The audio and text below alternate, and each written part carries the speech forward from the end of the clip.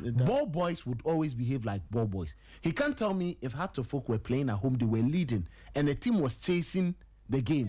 And the ball boy is supposed to, react like a basically in trying to get the ball back onto the pitch.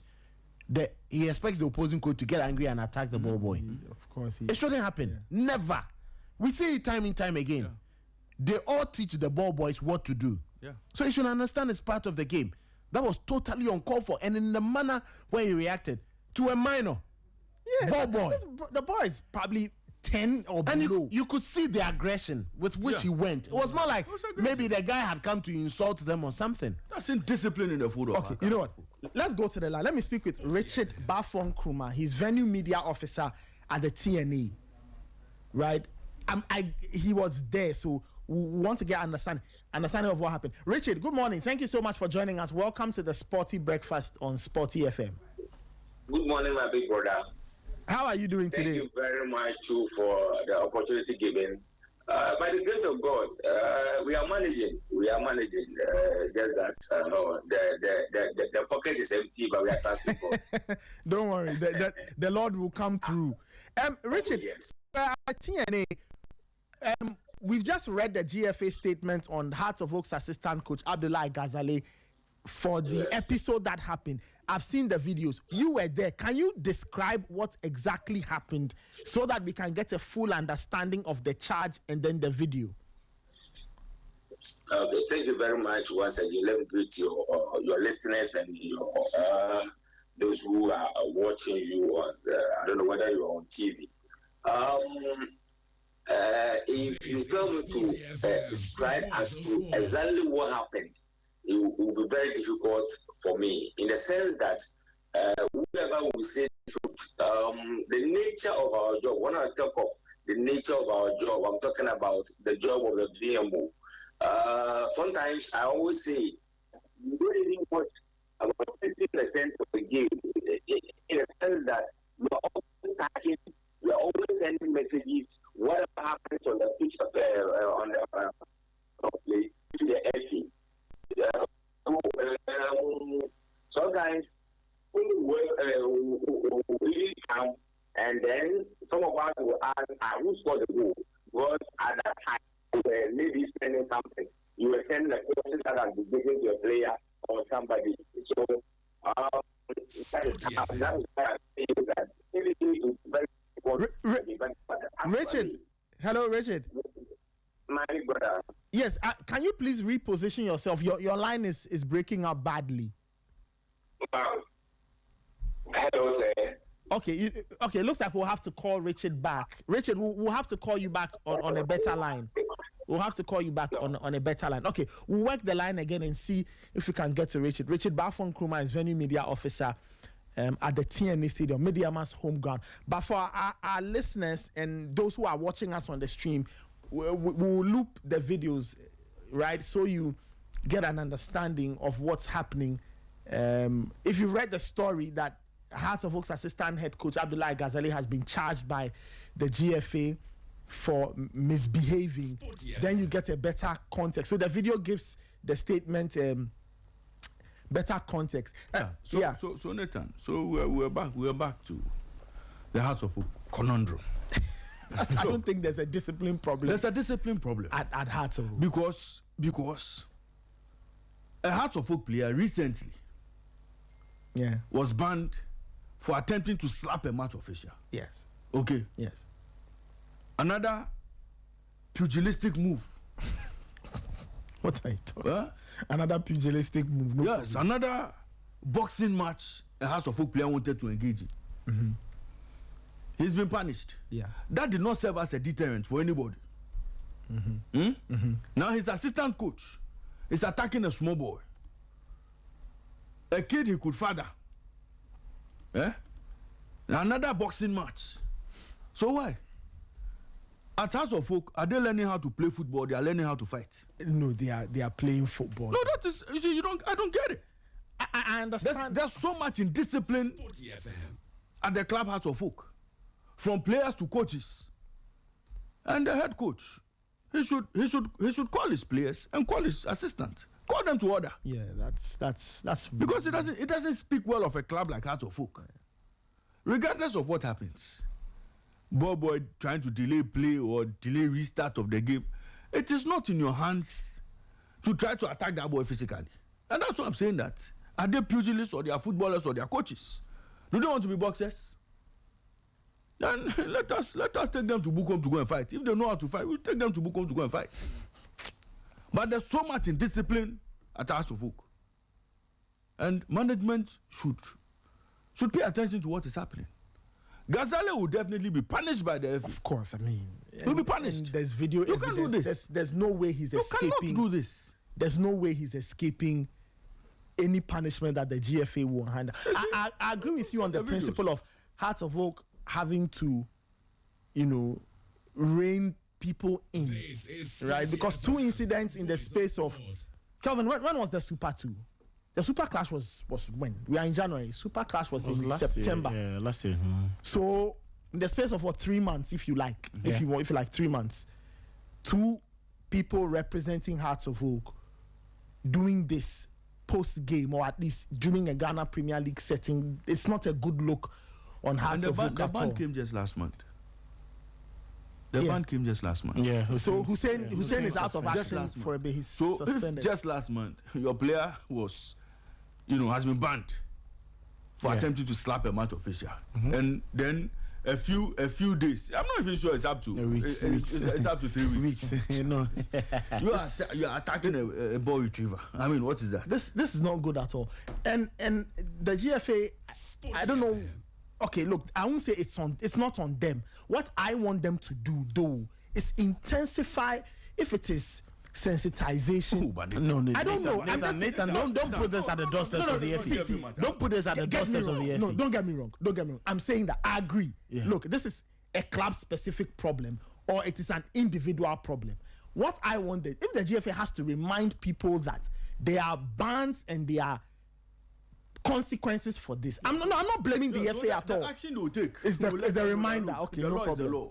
You get it. So it was quite surprising. So Hearts of Oak were chasing the game, of course, and you can understand tempers were flying because they felt done by a number of refereeing decisions by Nathan Anafo. Oh, I see. Yes, they felt, a lot of the 52 balls were going for Mediama SC, and, they were agitated at a point. But Hearts themselves were wasting chances in that game. They had 2 or 3 good chances. Exactly, but, it's still shouldn't right over when the referees, they feel hard done by the ref. Yeah. So getting to the latter end of the game, all we had was that, because I was in the commentary box and I couldn't really witness what was going on, but we rose to actually see what is beyond our monitors, because obviously you just go by what you are presented on your monitor to describe the action so that viewers don't get lost.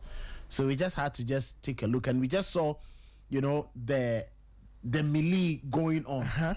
So the melee we couldn't see because we are at the very top, we couldn't see properly, but I could see that there were people trying to separate people, and so what we could actually see clearly was on the pitch where Esibe had to even speak and stop one of the Hearts of Oak players because he was also approaching the ball boy. But Esibe as captain went in there, stopped him, and he was trying to tell him that, come on, use your head. Don't be silly.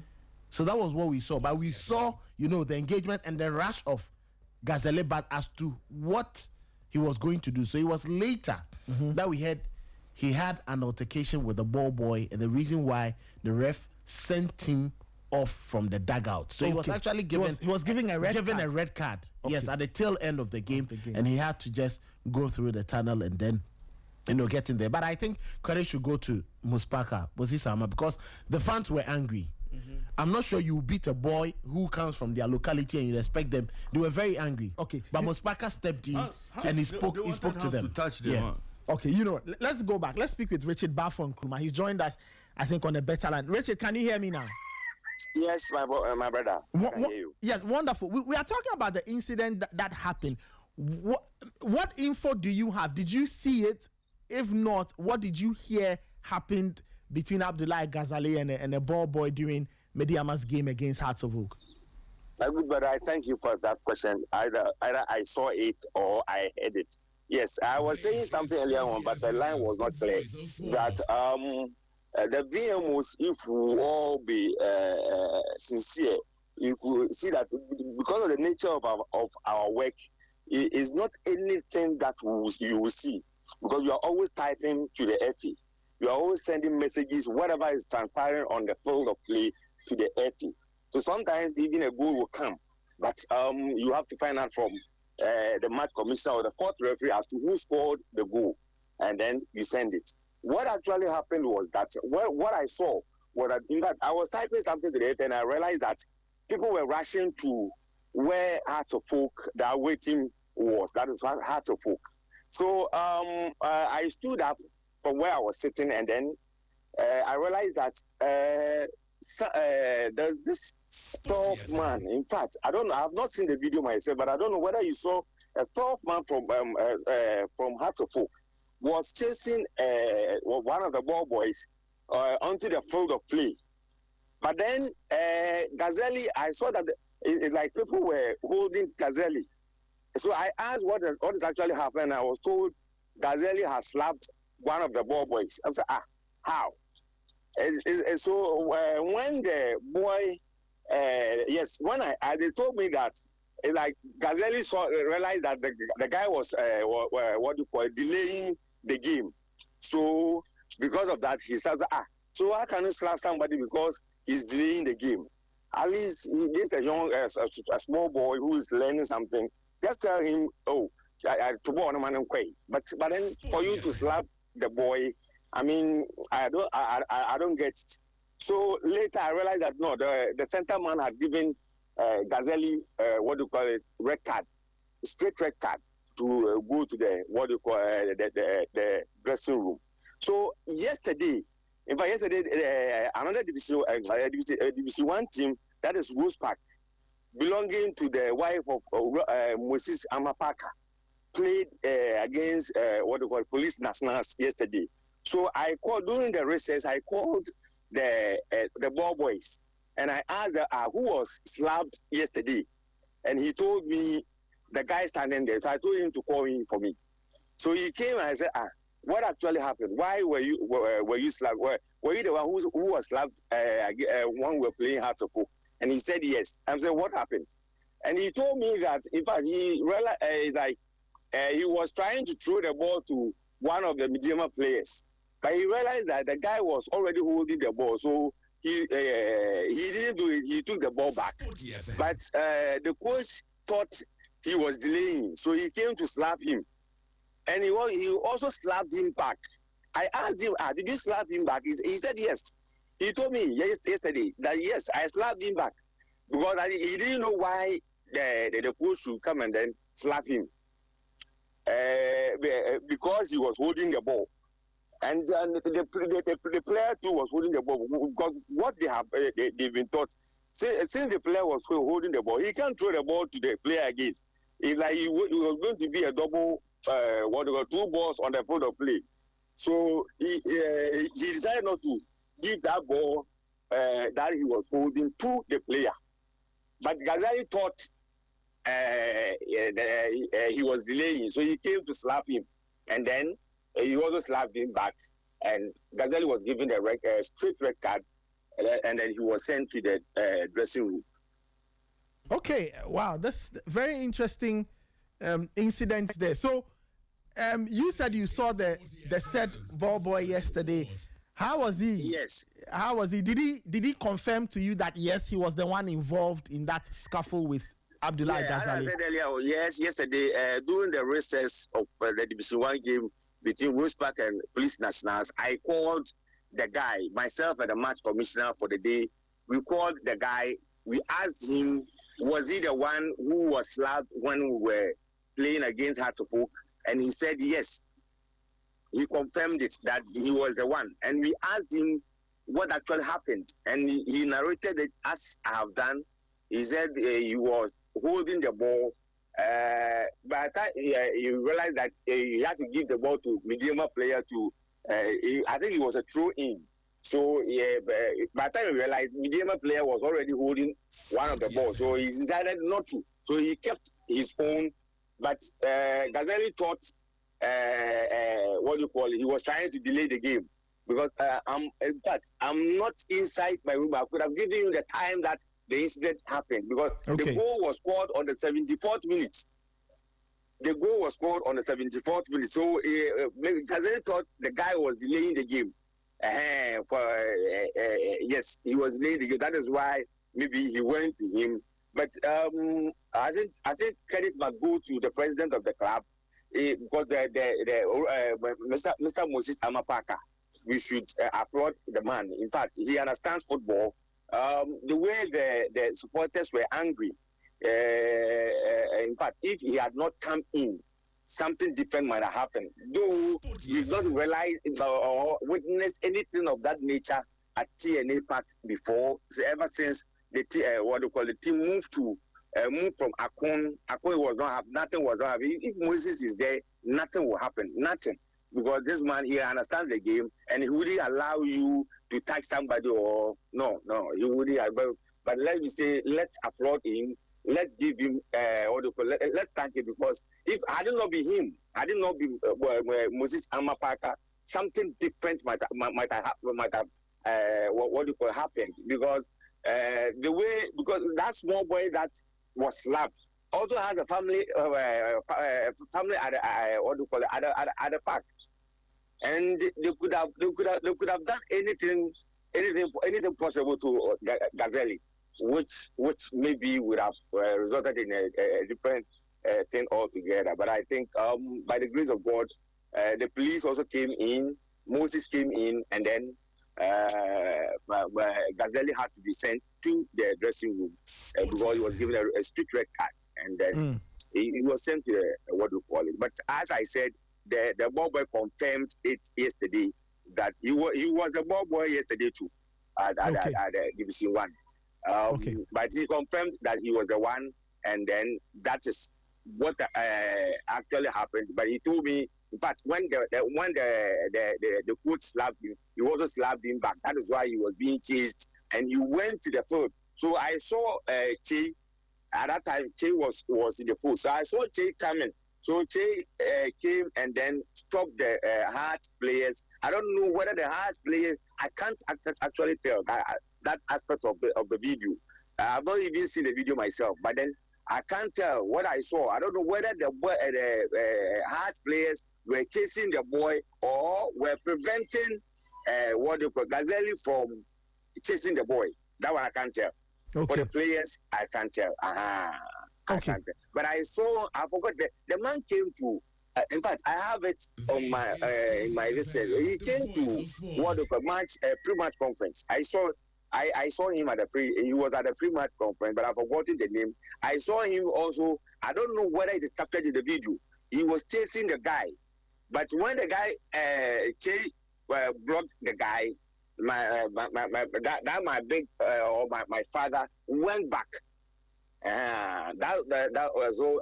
After that, then the red card was flashed, and then Gazelle had to leave the dugout. All right, Richard. Thank you so much for giving us some clarity to this. Thank you so much, Richard. I'm sure we'll speak again soon. Have a good day.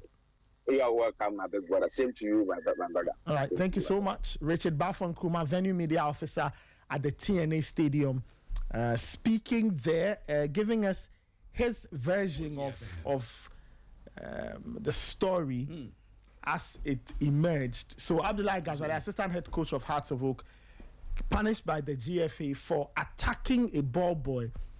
And we've also heard from Richard's account that the ball boy doesn't walk out of this innocence because when he got slapped, he also dished it out to Abdullah. The boys all the pet in it, It be hard though. But Nathan, you see, everything that happened this weekend. Yeah. Everything that happened this weekend. Yes. Hinged on one thing. What's that? Officiating. So, Park Academy. No, wait. Don't go to Park Academy. No. Let's focus on. No. So let me come. Park Academy, as good. People were angry because they said the center man and the linesman were doing their own thing. Were running their own show. Yes. Through Demo and Port City again said the referee was doing some things on the field of play. House of Folk Mediama, according to reports, the referee was giving all the 50-50, all everything was in favor of the home team. Later, they say, it's alleged. Yeah, to Okrafo, near to Momonef. When you cry for the cheek, you cry for the hawk too. Later, the match officials must be up and doing. If all these allegations are true, and their performances have come under the radar, or their performances have been questioned by the teams that are playing, please, we are begging them. We are begging them. But most officials... They should raise the standard. That I'm saying that if all the accusations or the allegations being leveled against them carries any weight or there's any truth in it, we beg them. You see, there's no smoke without fire. If we go and watch a game and we feel that the referee had a decent game, there's no hue and cry. You lose graciously and you go home. But if you feel that the referee had the scoreline in his pocket, that perception that the referee had the scoreline in his pocket and was doing everything for one team to win, people would, one way or the other, react. It is not the right thing to do, but you would get a bit of this hue and cry, this, all of these things would play a role. That's why I'm saying that. Look, the referee at this point, after every game, especially games where there are concerns about the performance of referees, I think that the referee should get to a point where they name and shame and punish and interpret some of the decisions the referees took on the field of play. Because all you see is that the referee's manager would wear his number 5 jersey and defend every single decision of the referee, of his referees. That's what normally happens. Even when we watch footages and we realize that, there were faults, there were challenges, the referee's manager will never throw his referees under the bus. He emboldens them to go on and continue doing what they do. So we've reached a point where if we want proper sanity, once we are speaking to clubs to comport themselves, once we are speaking to players to behave on the field of play, once we are speaking to supporters to comport themselves on the field of play, in the stands, we should also send a strong word to the referees.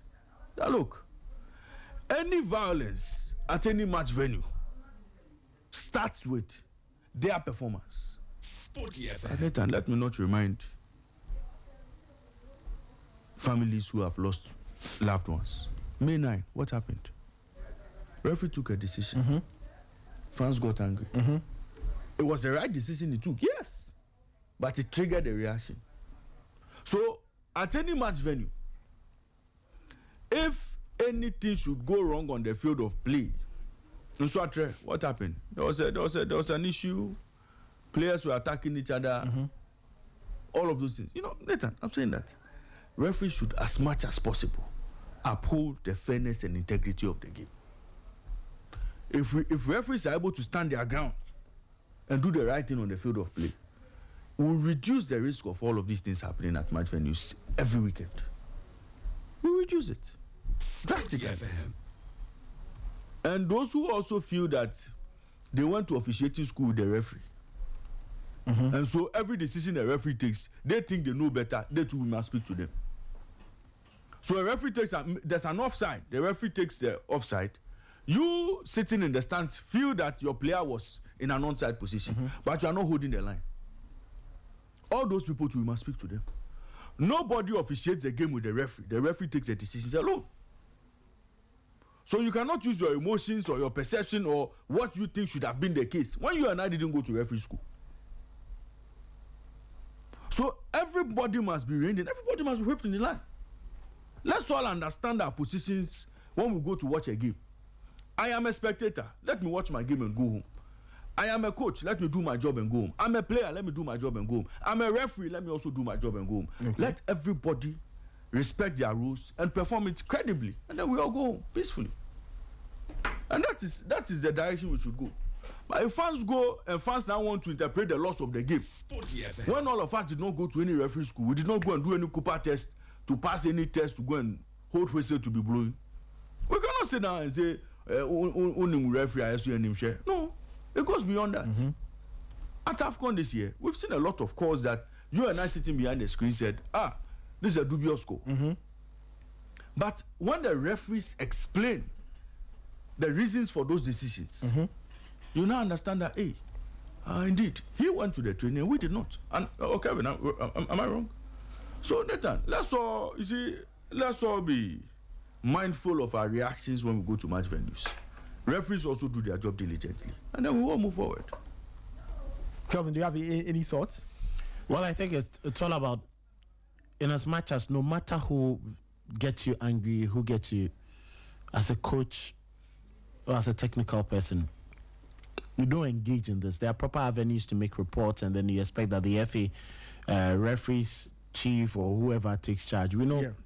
As if Ferikachi or someone's part of the review committee for the referee's performances said that if you think that a referee doesn't perform well, the referee is punished, or whichever way, whether he's the sent back to Division 1 or not given matches or suspended, or whichever way. As coaches or as technical men, you expect them to lead the charge in making sure that the entire team behaves properly. The actions of Abdoulaye Ghazale was totally a mess. And it's one of the things. You can see Didi Dramani very angry, but he doesn't slap anyone. He doesn't go in aggressively at anyone. You know, by gestures down the technical area, he expresses his frustration. I've seen Ibrahim Tanku, you know, not happy with decisions. But I've seen him, how he controls his dugout. I see Zito angry, you know, with his other coaches. There are times Coach Prince Owusu is one of the hot-headed coaches. But he tells him, red card, so you stay back. The only thing you can do is to complain. And I think that keeping calm, you never know. Maybe that action, you see, that action delayed the game. What if the resultant throw-in had resulted in what? Had to focus on Mediema making an error that could have led to a goal for the equalizer in the final minute. It happened. We were all watching the Liverpool game. Liverpool thought they had won the game. But it just took one insane moment from ingenuity, and a goal was equalized. Hatofo could have done that, but momentum would always shift because there is a delay in the game when you are chasing the game. At that point in time, why not have your full focus on your team? But as we say it, you know, temperament, your ability to control your temper is also a skill. And I'm sure he needs to develop it. He needs to quickly get to it. When he sees these videos on social media, I'm sure he's going to curse himself for his actions. He's not going to be happy with himself for his actions. And I think that it is something that the rest of the Heart to Folk team, and you know, Raymond was saying something about the Heart to Folk team and indiscipline. I'm not saying they're indisciplined, but certain individuals in the team need to know that they are playing for one of the biggest clubs in Africa. That's true. A club that conquered the entire Africa in 2000 and in 2004. It had to take SCB. And after the game, I met SCB and I was like, come on, gentlemen, thumbs up. As captain, he went to some of his players who were trying to get to the ball boy. If Fly has the video, getting to the tail end of the video, you realize when the ball boy escaped and he got onto the pitch. Yes, from this point, you see, some House of Folk players wanted to attack him. And they had to take a host of Mediama SC players and SCB right from, you know, the defense. Look at him running. You see, calling his player, get back. That is a mark of a true leader or a good leader. And I'm sure that is the habit, not just House of Folk players, not just House of Folk technical team. Everyone in the Premier League should cultivate. It may be hard to folk today, but it applies to all the other teams who show gross disrespect for the game. If you want to respect the game and the game to respect you, these are the kind of things that you don't have to do. And I just hope that going forward, all these people will take these as lessons and then, you know, never engage in such. Say, look at this. You may even injure yourself. It's a security officer was trying to stop him in the initial stage. You see how he blew out the security officer, the police. He just bundled his way through, and the officer was just down. There are times, you never know these things. Anger will only take you to finish what you want to achieve. But after that, the repercussions, you pay for it for yourself. There is no way he would escape a ban. I mean, he's been charged by the GFA. Exactly. And the video He'll go and answer. But when you answer, how do you escape? Fine, even if the ball boy was at fault, what would they do to the ball boy? The only thing they will stop him is he will not come and collect balls again. Now, what about you? Yeah. Your reputation. And now you're going to be suspended. You're going to hurt your team because your presence in the dugout is needed at times. Of course. Very, very, very important. It's quite unfortunate, and we just hope that things get better. But just as Raymond is saying, match officials also have a duty to play. Okay. Glaring decisions, and they should make sure that they have the very best of officiating in games, because when people get angry, they get infuriated. That is when they try to engage in all some of these acts, and it's not a call for it. And it's not like this thing hasn't happened in the world before. It's happened. Just that the continuity and the sort of aggression with which it happened. Was it a Chelsea player or which player in the Premier League stamped on the ball boy's hand? Remember, it happened. It happened at Swansea. I think it was Swansea versus Chelsea. I don't know whether exactly. Was it Lampard? Game. I don't know whether it was a cup game. Yes, it was. It happened. It was Jose Mourinho's second. Yes, coming. Yeah, second coming. I remember. And I had to take the ball boy. So the FA has taken over. So wait to see what the FA, the finalization of. I'm interested in something you just said about officiating. You've been to a number of Ghana Premier League games this season. Yeah. What would be your overall assessment of the level of officiating? I think it's been impressive. There are patches of bad calls, but I think yes, there are patches of bad calls or contentious decisions that have been made by referees. But I think that there is an upgrade. There is an upgrade in what we see. It is the reason why this season clubs go all the way to win games, and you won't have people complaining. Okay. They rather blame their teams for poor performance. You remember the Sweden All Blacks ordeal? Gold Stars traveled to beat them fair and square. Mediama traveled all the way to get a draw. Young Apostles come all the way to Hohoi, they get a draw. Hohoi travel all the way to where is it? To beat the opponents 3-2. That was the first time Safiano missed the penalty. Asante Kotoko travels all the way to Brekum to win at a dreaded venue. Had to folk get results away. Adriana traveled all the way to Pando to win against Lions. Karela get wins. It's the reason why now the league, people manage to get wins away, because now the referees know that, yes, they have a level with which they should match. You understand? Yes, there are calls that would always raise questions. They are human. Whether it was intentional or non-intentional, they are human, and then they will make errors. But I think that the level of officiating has really gone up, and it's the reason why now teams will lose games and then they will blame their clubs for poor performance instead of them. Sweden All Blacks came all the way to the University of Ghana. They beat Dreams FC 3-2 fair and square. Teams are winning away. They are getting results away. And nobody complains. Nobody has an issue with officiating. Because this season, I'm sure the referees are all witnessing that fans now have their cameras. This is a video from a fan. A fan. And there have been decisions that have been made by referees that, the videos have been captured by fans. So they all know that now, the powerful social media, your video will be there. This is the referee who took this bad decision. So I think, yes, it's been impressive, but there's still a lot more that they can do. There are bad nuts among them. Okay. And I just hope that the referees committee and the review committee will fish all those out and then give us, very, very rewarding referees. And especially the catch them young refereeing policy. Okay. Some of these referees have been put in charge of top games. Despite the fact that they are young. Exactly. Crucial games. games that you know, there are times you would expect, you know, other top referees to be in there, but these young, catch them young referees are the ones officiating the games, and I think that they've been doing, you know, top job, and we can only inspire them and motivate them to get better.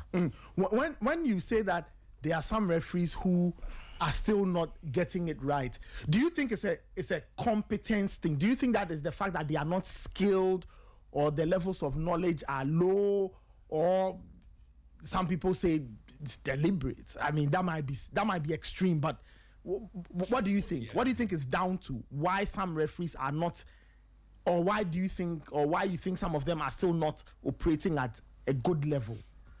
I think individual, you know, convictions. Okay. We see in the Premier League how people have issues with some of the referees. They make calls and you're like, come on, this referee. You know, it's because of their attitude. I think they've just decided not to get better. Or they shiver, or they are not bold enough, or, you know, maybe lapse in concentration. Okay. Or they don't observe the game from good positioning and all that. You know, some of the referees have that. There's the reason why, you know, there are times you ask yourself, why is it that referees are coming from different parts of Africa to officiate at the AFCON, and then we don't have Ghanaian referees? But you may have a very poor league in Zimbabwe, but you may have top referee because of one or two instances. In the Premier League, we all have issues with some of the referees and their decision making. My Dean and the likes, people complain about him every time. It's not just one club. My Dean is spread across. People have issues with him. You know, people have issues with other referees. So I think it's individual confidence, conviction, and then, you know, the very petty things or minor things that they need to do to get better, like positioning. You know, there are times some referees will just be following the game. So incident will happen, and then their sight will be blocked because of their positioning. Yeah. And I think all this is a matter of training, which, you know, we just hope that our referees consistently will be given that. I got to a point, I was watching some ref watch in Switzerland, and they were teaching referees about positioning. Okay. Where they need to exactly. And even when you are running, the angle with which you need to run, so that you can have a full glance at the action. So I think there was one incident, they used Kevin De Bruyne. You see, when Kevin De Bruyne is on a counter break, he goes left, right, left, just trying to pave his way. So as the referee, you need to, you know how to move with him, so that when an incident happened, you wouldn't be lost in whether it was De Bruyne who was, you know, brought down, or it was himself that brought himself down, or something that happened. So all these are things that I think that our referees, you know, need to know, need to learn, and then get better. You know, in the modern world of football, VAR is helping, you know, but on the local scene, we can also do our bit. Even in the Premier League and some of the cups, is it the Carabao Cup? The VAR is not used until you get to, I think, the semi-finals. Yes. So the referees do have a duty, and I think in those games they made very wonderful calls to make sure that, you know, teams will not feel hard done by. So it's a matter of improving, you know, investing in it. You know, maybe mid-season you just call referees, do a refresher course training.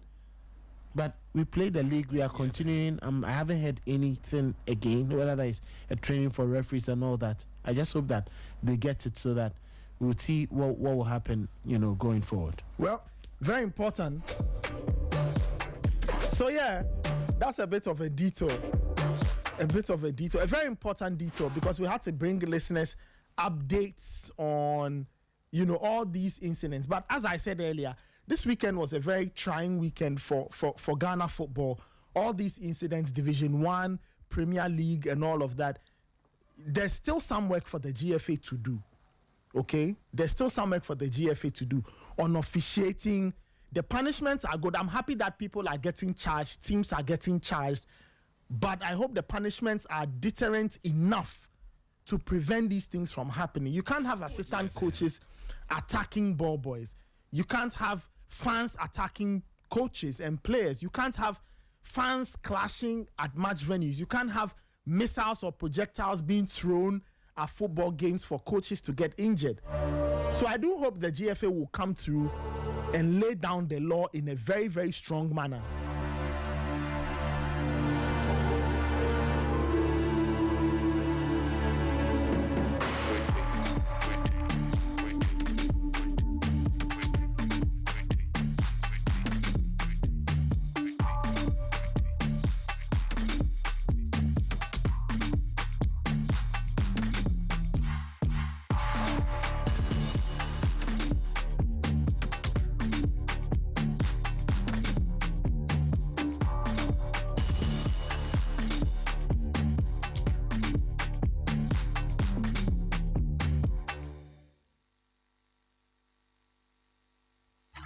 All right, 8:25. This is still the Sporty breakfast.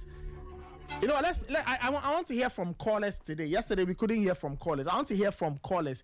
054 257 1061. 054 257 1061. 054 257 1061. We've been speaking on a number of things, right? Indiscipline at the match venues and all.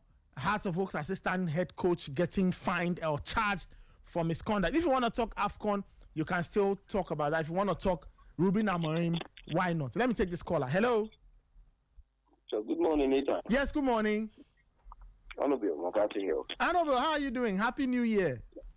Oh, many happy returns, bro. How is everybody? Everybody's fine. Everybody's fine. I hope to hear from you the goodies you brought from France, the French goodies.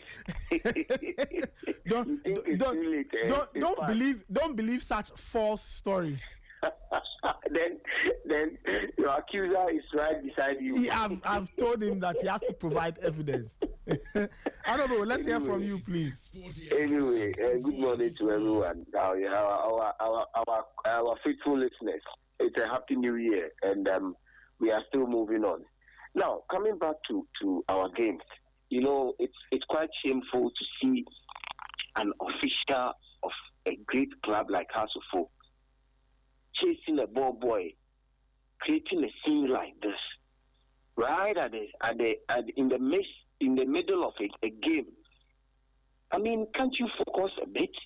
Can't you discipline yourself a bit? If you official is doing this, what should the players do? What are they going to do? It's quite shame, and I think GFA should do better than just giving him this small punishment. I don't agree. I'm a House of Folk fan.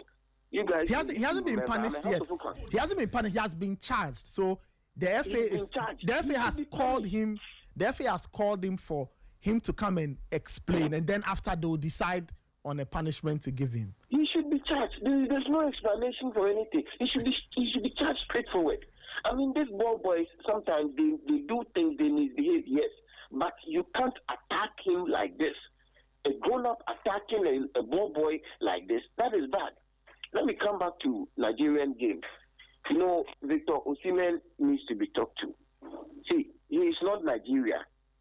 He's a player playing in a team who depends on fellow players to feed him to score. You have scored a goal. Somebody has assisted you. So if the ball is not coming, you need to calm down. Not on the pitch, you attack your fellow player, you confront him like that. That is too bad. That is too bad. And our referees need to be talked to. You see the game that is good, the tournament that is going on. How many Ghanaian referees are there? One. We are looking at Tanzanian, we are looking at Sudanese, we are looking at all this underdogs country in football. They have coaches, referees there refereeing games. And we sit here, we call ourselves a football nation. We don't even have two referees in the whole Cup of Nations tournament. It's a shame. And the DFA and the referees, whatever committee, they should know better. Talk to these people, give them tuition, let them understand, give them good money for them to trade their trade properly and stop this things that they are doing that they keep disgracing us in our local matches. Thank you, Mr. Nathan. All right. Thank you so much, Arno Bill. 829. Your comments are welcome. 054 257 1061. You can equally send us a WhatsApp message or you can give us a call. Let me take this caller. Hello. Nathan, good morning. Happy New Year. Happy New Year to you too. Sporty FM. Okay, so this is Tete. I'm calling from Lakeside. Okay, all right. Please go ahead. So, yesterday, Ruben Amorim got a sack. Yes. Okay, so for me, I wouldn't say I was surprised because I always say that when the day you decide to call out your hierarchy or your bosses in public, then you must be very sure or you know that you're on your way out. And I don't think he himself, he was surprised because given all the bad results United were having, I mean, the hierarchy stuck with him. So clearly, this issue wasn't really about the results. It had to do with they sticking with you through thick and thin, and then you deciding to call them out when maybe things are not going your way. And I believe that is what happened. And there were reports that he had a showdown with Wilcox on Friday and all of that. So, yes, this is somebody, and I applaud him for one thing. He stood to his ground and he died by that same sword. And for that reason, that's the only respect I'll give to Amorim. Not for the results. He said all the unwanted records in United, all the things that were never broken in United. This man came and he broke them. So for that alone, I wouldn't miss him. But in terms of his principle, in terms of standing for something, I truly admire him for that. Now, okay. I want to talk about Osimhen too. You know, Osimhen is very divisive way. That is why, you know, top teams try and they stay away from him. He's a good player, yeah, but you know, always throwing tantrums, throwing his hands in the air, trying that every player should pass him the ball at every point in time. And in fact, if you watch closely, that is why Nigerian transitions break down quite easily because everybody is trying to pass the ball to, even in a very awkward position. And I think that he needs to calm down. He needs to believe and trust his other players. He should stop trying to be the star man overly. Everybody knows he's a star man. You don't need to prove it, you know. And I want to end with a famous quote from Game of Thrones. It says that any king that who keeps saying I am a king is not a true king. You know you are the king. Stop behaving like you are not. You know, everybody knows you are.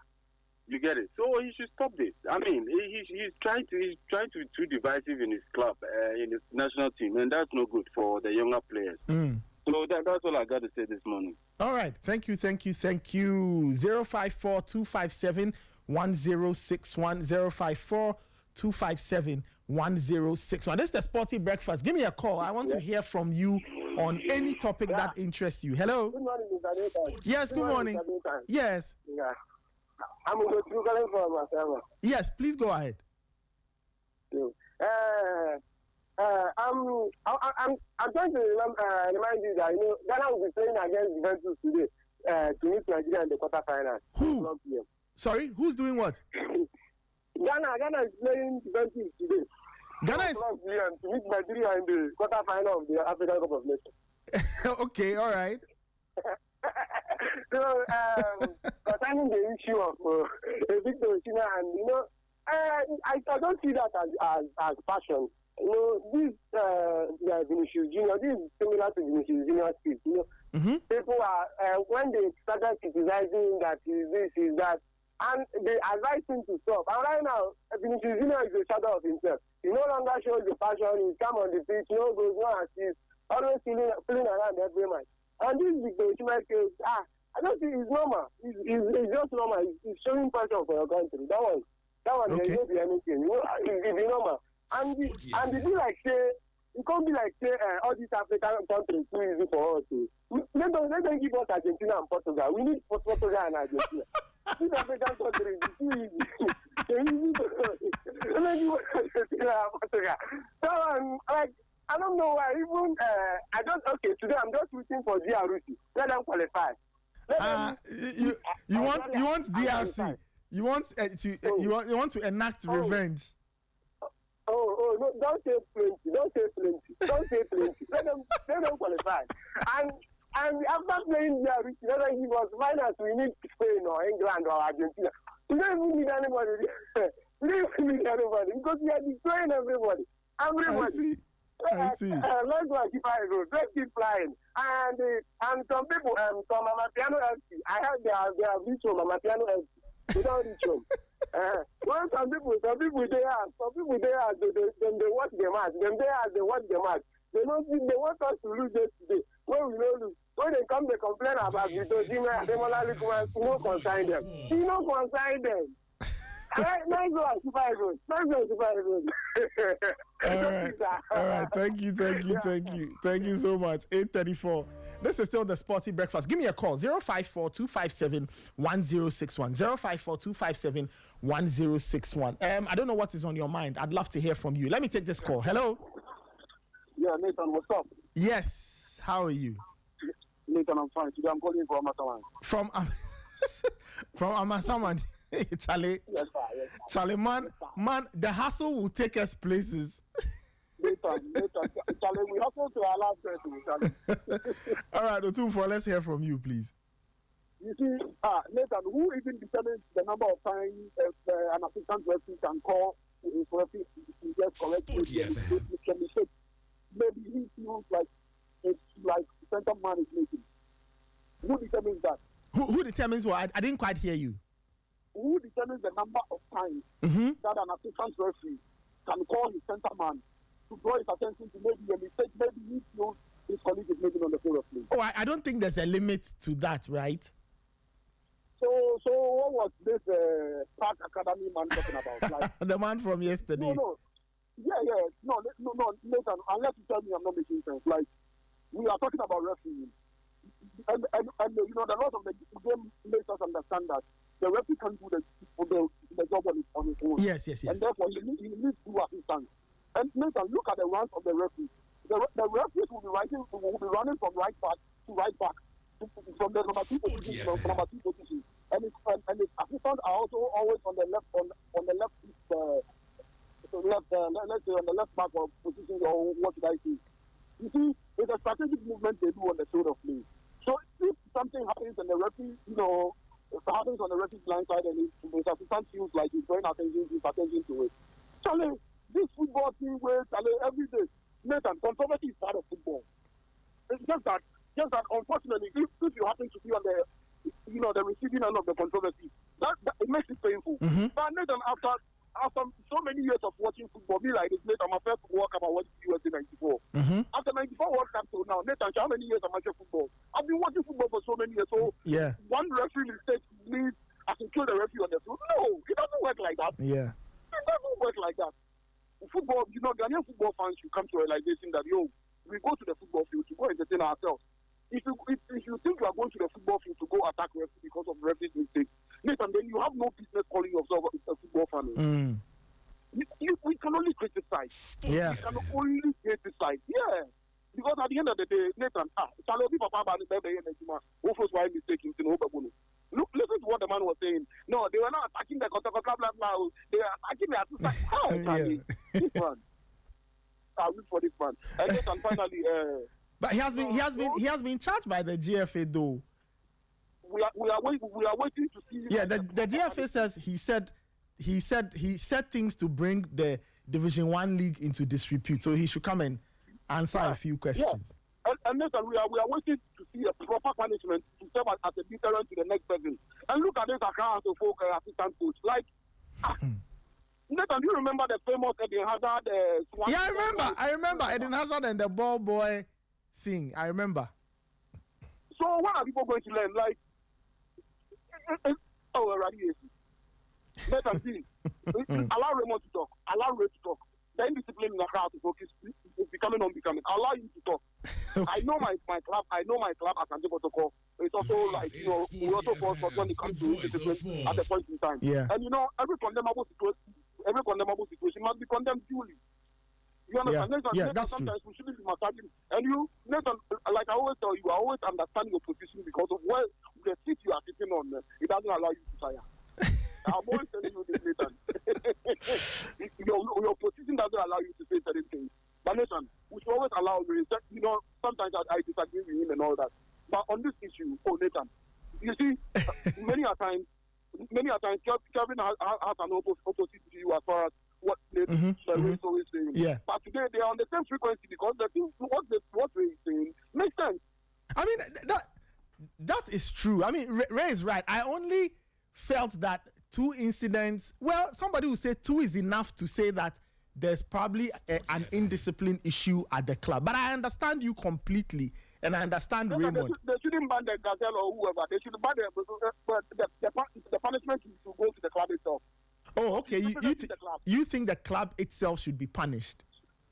Yeah. But who is he representing? True, he represents.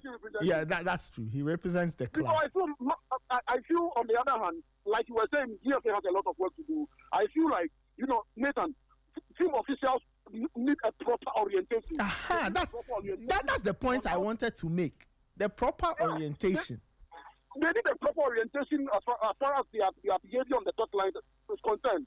You don't do certain things and just get away with it, and then you'll be hiding under the umbrellas of the.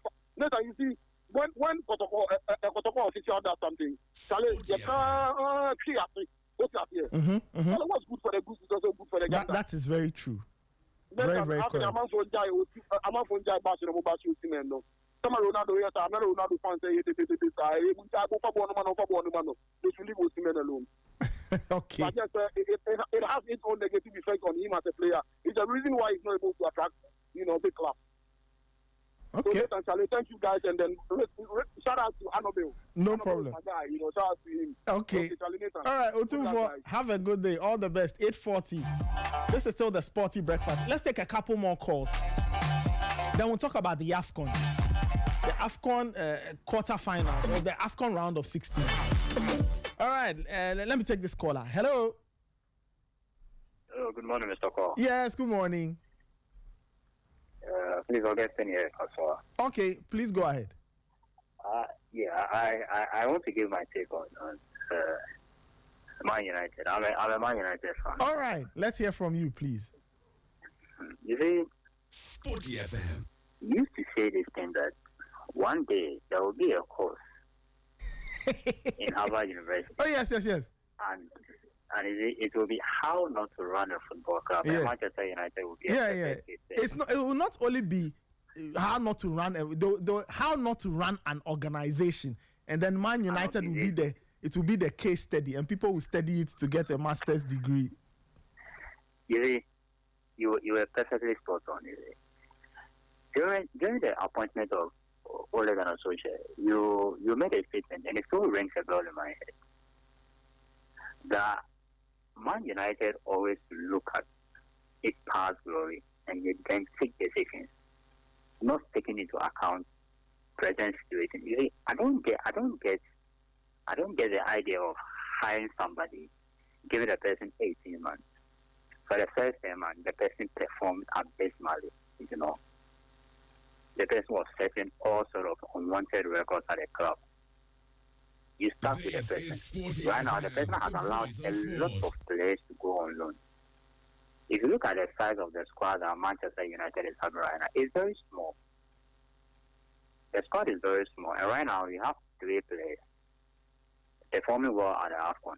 That's entirely the right side of Manchester United. Mazraoui, Mbuemo, and then Ahmad. So I was even thinking the club will secure some short-term loans for the manager altogether, unified. If it was based on results, I think it hasn't been rousing for all the teams. So Liverpool drew, City drew, Chelsea drew. Okay, Chelsea fired their manager, fine. But Man United, what do you tend to achieve? Sporty FM. In this season, what do you tend to achieve in sacking a manager? So I don't know. It just came in my head. I was like, that thing that you said, it was. I mean, after the time, it was funny though, but it's more or less like making sense. You see that? You see, it's not funny. This is not funny anymore. It's true because when you said it, I was like, no. When I said it, people were laughing. People didn't believe it. But you see, how many years on? I said this thing 7 years ago. Yes. 7 years. 2018 was when I started saying this thing. 7 years on, United has not changed. Which means that it's very likely that 10 years from now they probably would not have changed. And they are going around in circles. Anyway. Sometimes when during the appointment of Oli, you were very skeptical about the appointment. That people were coming at you, or sometimes you go people will be on your neck. Yeah, you are not a Man United fan, you are not a proper Man United fan, this and this and this. And after all these years, these things are still persistent. So, it's okay. Let's hope maybe the interim will give us will reminiscent what Hooligan Associate gave us when we are appointed Associate as an interim manager. We went on a 14 matches, honeymoon. So I'm just hoping Fletcher will just give us that. Have a wonderful day. All right, take care then. Thank you so much. 8:45. Let's just put a pause on the calls. Let's talk AFCON. There's a part of me that doesn't like. Okay, there's a caller who's sneaking through. Let me just take this one. Last caller. Hello. Sir, you can't do that to me. You can't do that to me. Why did you not call earlier? You can't do that to me. I was taking a shower. I was saying also for ranting. Okay, all right. Let's go quickly. I've got people on. I don't talk about Ghana football because we don't learn. We just improve on our mistakes. So Ghana football is better. I've been saying this. You boys should stop talking about Ghana football. So what should we talk about? Mainly, they are playing AFCON. What AFCON? And so we are about to talk about football here. We are not doing football here because look at the state of our football in this country. We see working shoulders with Musepe and how they call it, the FIFA president. And look at his show. He doesn't know what is going on in his show. Like Charlie, you see, this is Sporty FM, the voice of sport. That was the right decision for Manchester United, and I support his sacking because he's also part of the problem. How can you tell me that Obimenu and Fernandez are fighting for a position? You need a midfielder, and you are buying number 10s and strikers. What kind of coach is this? He should be sacked after the Grimsby, what they call it? Is it Grimsby or how they call it? Yeah. You are playing against Grimsby, and you are down, and you go and take how they call it, technical board, and you are like Jesus Christ. Is this guy serious? You see, he's not learning though. He has not improved. He has not improved this United team. I don't know which player he has improved. So, Charlie, me after the game, when he came to the press conference, came to say this, and I said, this guy, the week will not survive him. Yesterday, I was trying to call you, but you only opened the last. I said, this guy will be fired before the end of the week. And by 10 something, I saw the breaking news on my phone. I said, I'm not surprised. Because, see, I don't know. You don't have the personality to play the kind of football you want to play. Because, Nathan, United, I can say United are one of the teams that have lost points from winning position. We've lost points from winning position. You are playing against Empathy, who is 10 man down, and are still playing a 3-man defense. Like this guy, he doesn't know what he's doing. I told you that this guy is not mature for the job. But we should sack him long time. And I hope we'll go for the right. We'll go for the right person this time. We're not going to just go and take anybody. Okay. And bring him to the team because Charlie, United need an improvement. So we need a better coach. See, and he said something. Like, I'm a manager, not a coach. But when you see the statement that was when it was said, they named him as a head coach. Yeah. So I don't know who told him that he should come and say that he's a manager, not a coach. Well, that's what triggered the because Sir Jim say you will give it 3 years. And you come and sit on public and you say that you are a manager, you are not a coach, blah blah blah, and then you be sitting there, we'll be watching you. But you go to Portugal and let her happy. All right, Emmanuel. Thank you so much. Let's move it on. All right, we'll put a pause on the calls. Let's talk some AFCON next. This is the Sporty Breakfast on Sporty FM.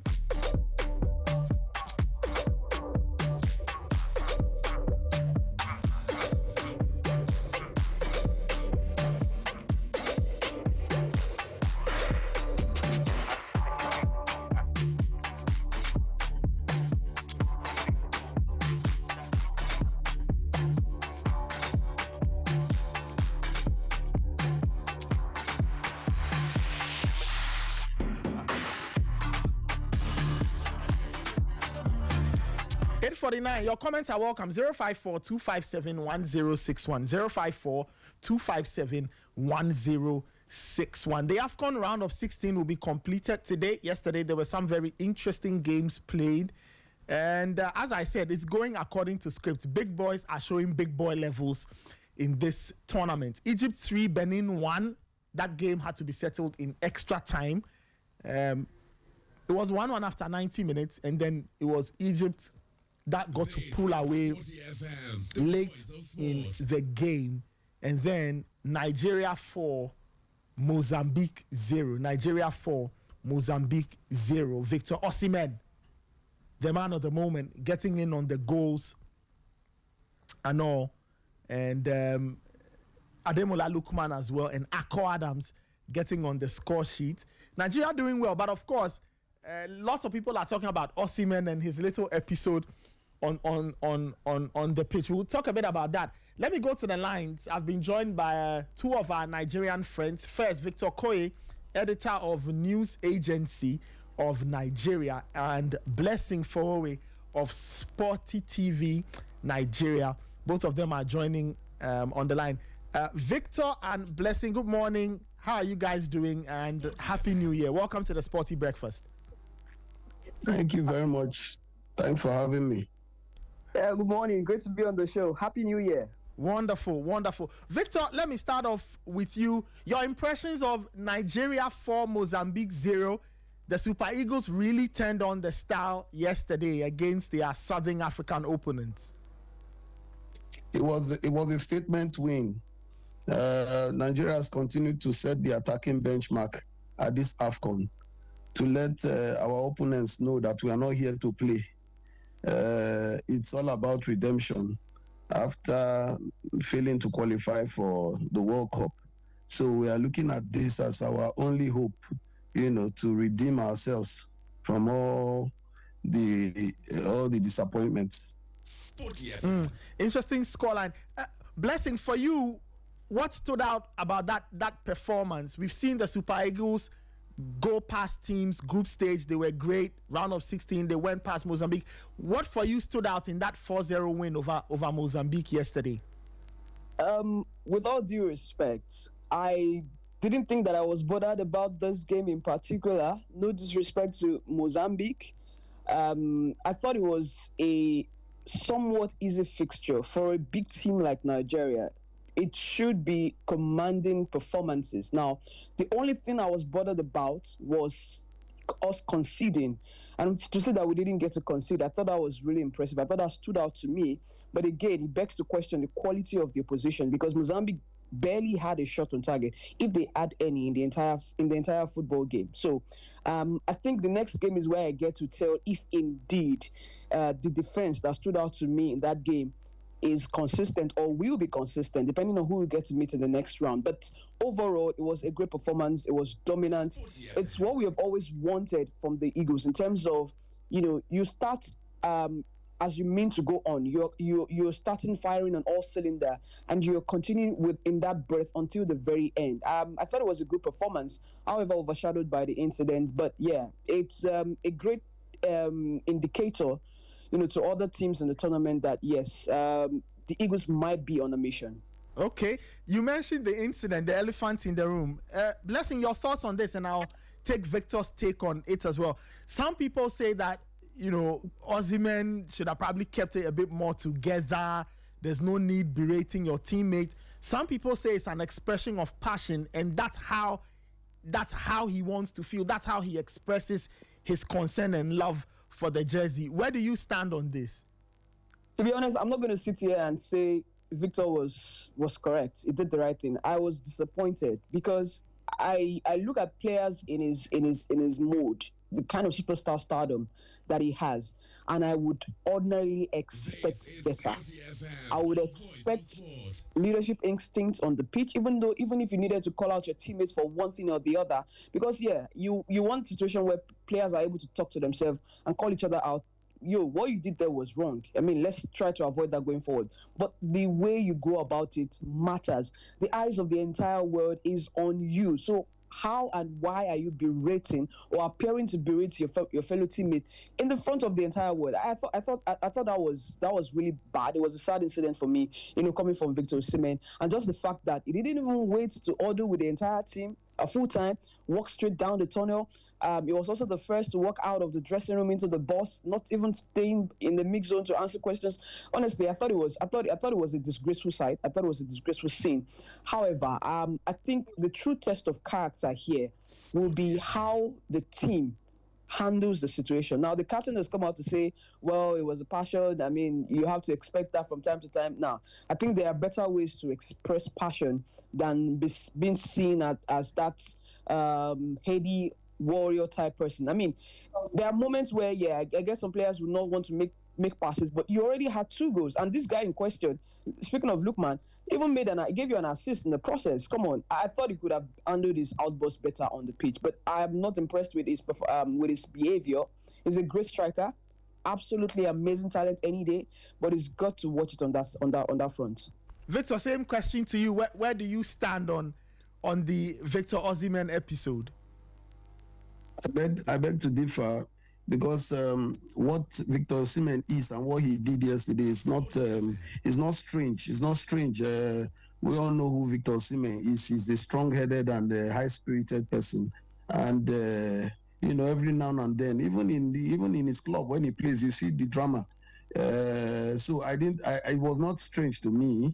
But having said that, I think we shouldn't allow what happened overshadow the nice game we watched yesterday, full of attacking football, really seen from the Eagles in recent years. I expect that this will be handled, quietly. I'm not of the opinion that Victor Osimhen did anything bad, because in football we expect these things. He's not the first person to have done it. Because of where the team wants, the ambition they have. Some players express, their passion more than others. So Osimhen is that kind of a person. You see him pushing the team, even if he's not the captain of the team. He pushes the team. Maybe sometimes too, he does it he goes too far, But I think it shouldn't be something that should be overblown. And just like the coach says, whatever happens in the group stays in the group. And I believe that they will sort everything out. Even for me, I watching the game, I saw that Nigeria would have scored up to 5-6 goals if Lookman in question was more generous, and passed the ball to Osimhen. If you watch the match before then, even the goal Lookman scored, he almost missed that goal against Tunisia. Sorry, not Tunisia. The game we played before this one. Against you saw that game. Uganda, rather. Against Uganda. Yeah, exactly. Against Uganda. It was against Uganda. Yes, against Uganda. Yeah. He would have easily squared that ball to Osimhen, but he is the kind of player that sometimes he takes time to make a decision, and he almost missed that goal if not for some good luck on his side. So I think going forward he should be more, especially when he sees chances like that, he should release the ball, because I saw we'd have scored more than 6-5 goals. I think that's where Victor Osimhen's frustration came from. But I think we shouldn't dwell on that too long. I think we forget that Lookman is also a star player. As much as Osimhen is a star player for the Super Eagles, he is also a star player. Won the UEFA Europa League, scored a hat-trick in that final as well. He's a big game player as well. And he's turned up more than any other player at this AFCON, even at the last AFCON. Come on. You should show a little bit of respect to your teammates on the pitch. Whatever issues, go behind closed doors and address it, not on the pitch. Before I let you guys go, who do you think has been the most outstanding player in the Super Eagles team? That's true. I don't the team sports. So there are times when if you score, you are just trying your luck back to the net. Do you understand? He's a very good player. I'm not disputing that. He's someone that was the former. Hello, Victor. Squad, but it's a team sport. It's not one man's squad, and that is what Victor Osimhen was trying to drive. Even though he didn't do it in the right way, But I think these things have. Hello, Victor. Can you hear me? Just telling him, come on, guy. This football is a team sport, And when you see I'm free, please give it to me, okay? So let's not allow that. Okay, Victor, hello? Okay, Victor has an issue. Blessing, are you still on? How come they didn't play that way during the World Cup qualifiers? Okay, Blessing, let me come to you. I was asking who you think has been the most impressive Super Eagles player in the competition so far. Yeah, I'm going to pick. So I have two names on my mind, right? Two names, and I'm going to tell you the reason why I'm picking those two names as the most impressive. I know you asked for one player, but I'm going to go two names. First off, Lookman has been impressive. He's got 7 goal contributions in 3 games that he has played so far in this tournament. He didn't play the last group game, the first 2, and then this one. Absolutely amazing contributions all the time. You could literally see from the goals, from the assists, just creating chances. But one other player has caught my eye. He has been low-key underrated in the last 4 games that we've played at this AFCON, and that is Alex Iwobi. I saw 2 sumptuous passes from Alex Iwobi yesterday. Some call him the king of pre-assist. I saw Iwobi come deep into the midfield to collect the ball and progress it forward. And every time he does that, he was able to pick defense-splitting passes twice. Two of those passes led to the first 2 goals, just exploiting that right-hand side of the Mozambican team. I saw those passes yesterday, and it was just so amazing. And that's for a player who, at some point, had been vilified by Nigerian fans, has been, every time you compare it to his uncle, some say is a terrible version of his uncle, right? As a player, at some point, I remember him having to shut off social media just because of the noise and all of those things. But just to see him redeem himself again at the AFCON before the last, where we crashed out in the round of 16 to Tunisia, he came off the bench, got a red card, and it was a terrible AFCON experience for him. But just seeing how he's been able to get himself back into the group for the Super Eagles, I thought he's been an unsung hero. And of course, we asked Eric Shell about him yesterday, and Eric Shell just said he was praising him for his football IQ, just the ability to see things that others were not seeing on the pitch, and the freedom that he gave to Onyeka and Ndidi in that midfield yesterday. I thought it was amazing. That's another player I think is an unsung hero.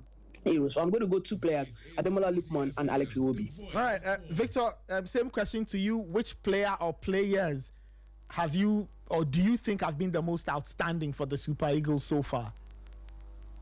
No, Blessing just hit the nail at the head. It has to be Iwobi. For those his precise passing. For those, even not for those passes, I don't think we would have gotten any of those goals. Iwobi was on fire. He was on fire. And I think if he continues like this, I don't see why we won't get to the final and win this the tournament. I really enjoyed those passes, and those passes were precise. And I think what contributed to the fact that he was getting his passes right was the quality of the Moroccan turf. That immaculate playing surface. He played a major role in our impressive performance. You see, that is what when you have good pitches. I think we've never seen it this good. Those pitches were perfect, and it allowed our players to express themselves without fear or restriction. I think Morocco's lush, flat, and well-maintained turfs are among the best in the world, and they have enabled our football to be played as an art. So I give it to our boys, and the weather also. It plays a very big role because most of our players, in fact, all our players are European players. They play abroad. So they are enjoying it. You can see they are enjoying the weather. So both the weather and the pitch, played a big role. And I must add that these players, they are gelling well because of the time they had to play. The World Cup qualifier we played, and the playoffs really helped us. It was like a blessing in disguise. So while other teams were busy at their clubs who were playing playoffs, and then it helped our boys to gel. And they played all the playoffs they played in Morocco there. So you see that Morocco is like a home to them. They're already used to the pitch and the weather. So this is what has really helped our boys, and I see them going all the way to the final by the grace of God. All right. Final question to both of you, Victor and Blessing. Who would you want in the next round? Oh my word! Blessing. That's a tough question. That's a tough question between DRC and Algeria. A part of me wants to meet DRC again because I feel like we had unfinished business from that World Cup playoffs, and a part of me also looking at Algeria because I remember in 2019 we lost the third place match. Yeah, the 20 to Algeria, right? Yes. So 2019 Algeria knocked out Nigeria on their way to winning the AFCON. Exactly. Yes. Then we now went to play the for the bronze medal match. So I think I'm going to go DRC. I want to say DRC. Okay, Victor, who would you want next? My brother Charlie, whichever opponent emerges, we are braced for a high stake quarterfinal encounter. Just like she said, we met the DRC and they needed us on it was on penalties. If you watch that match, you see that Nigeria actually dominated that game from start to finish. But just a loss in temporal concentration at the last minute made them equalize and took us all the way to the penalties. So I want a DR Congo, it will offer the Super Eagles an opportunity to redeem themselves and revenge what the DRC did to us. But all said and done, whatever team comes up, I'm sure this team is ready to take on any of them. And from the way we are playing, I don't see anybody stopping us, even the host. Okay. Sorry, I'm jumping the gun, but I see us playing the host in the semi-final. But even them cannot stop us at this point. All right, we'll see how it goes. Victor, thank you so much. Blessing, thank you so much. Enjoy the rest of your day and take care. Always a pleasure. Thanks for having me. All right, that was a Blessing Forway of Sporty TV and Victor Koye, editor of News Agency of Nigeria. My colleague Michael Asaibuedu is on the line. Michael, good morning. How are you doing? Hello, Michael. Yeah, good morning, Nathan. I'm good. How about you? I'm fine. How is the weather? How is the weather in Morocco this morning? Oh, I just arrived in Rabat this morning from Fez. I actually had to stay over in Fez. I was with Kwame Jumo of GTV and also Class Media, as well as Harris and Jamina. We actually stayed throughout the early morning, right until they left for Marrakesh, and I had to also travel from Fez to Rabat. The weather has been dry, it's been cool. I think it's better. Yesterday was very wet in Fez. I think of all the places I've been to, the cities that have recorded much rainfall, most rainfall, has to do with Rabat and Fez. It is mostly wet. And yesterday was wet during the game, and it was expected. So yes, but today, this morning, the weather is good. Very I see. Good. How long was the trip from Fez to Rabat? Well, by train, it should not last more than 4 hours. It's 2 hours, 30 minutes maximum. But the train does make stops at various stations before it gets to the train station in Fez. So clearly that is how it is. But maximum 3 hours, it should get there. And that is the mode of travel. So my train left, let's say, 5:36 a.m. Moroccan time in Fez. I arrived here exactly 8:33 just this morning. Okay. And I had to rush, come, shower, and then just sit and have this conversation with you. So that is it. It's a smooth journey, though. Very smooth. Yeah. Very, very smooth. Well, I can absolutely relate. When I went to cover the playoffs, we went from Rabat to Tangier via the train to watch Morocco play Mozambique. So I have a good idea of what you're talking about. I've been speaking with Blessing Forway of Sporty TV and Victor Koye of editor of News Agency Nigeria. And both of them are on opposite sides of the Victor Osimhen drama, the drama that is Victor Osimhen from last night. Where do you stand? You were at the game. You saw a lot of things. Where do you stand on all of that? Osimhen's tantrums on the pitch, to borrow somebody's words. I think you would have to break this down into various aspects. How you analyze it as a journalist, how the players will see it, even including the technical team, and how the fans will see it. Let me start with how the fans saw it. So the clearest indication of what Osimhen did and was captured on camera was him, like, vocally, he was remonstrating at his teammates in a manner that showed disrespect. I don't know how to quantify that disrespect, but the best way to put it, like, he was clearly disrespecting his teammates. That was what happened, and it was captured on camera. What was not captured on camera was Osimhen gesturing to the technical bench to either take Lookman off or take him off. That was one thing he did. Wow. He initially signaled, take him off. This is Sporty FM. Then, I don't know what occurred to him. Moments later, he said, no, me, take me off. The coach, Eric Schell, briefly saw him, then he shifted. Osimhen had to draw back because at that time, there was a corner for Nigeria to take, and they needed to focus and then execute that corner kick and see if they can score from it. He messed up that routine. They could not arrange themselves. They initially tried to, when he started, Ndidi walked to him and tried to calm him down. He shoved him off. He just shrugged Ndidi like it didn't even matter. Then he wanted to directly hit at Lookman. Lookman evaded him, tried to make a way towards the corner area to execute the corner kick. And Osimhen pursued him with his tantrums, as you described it.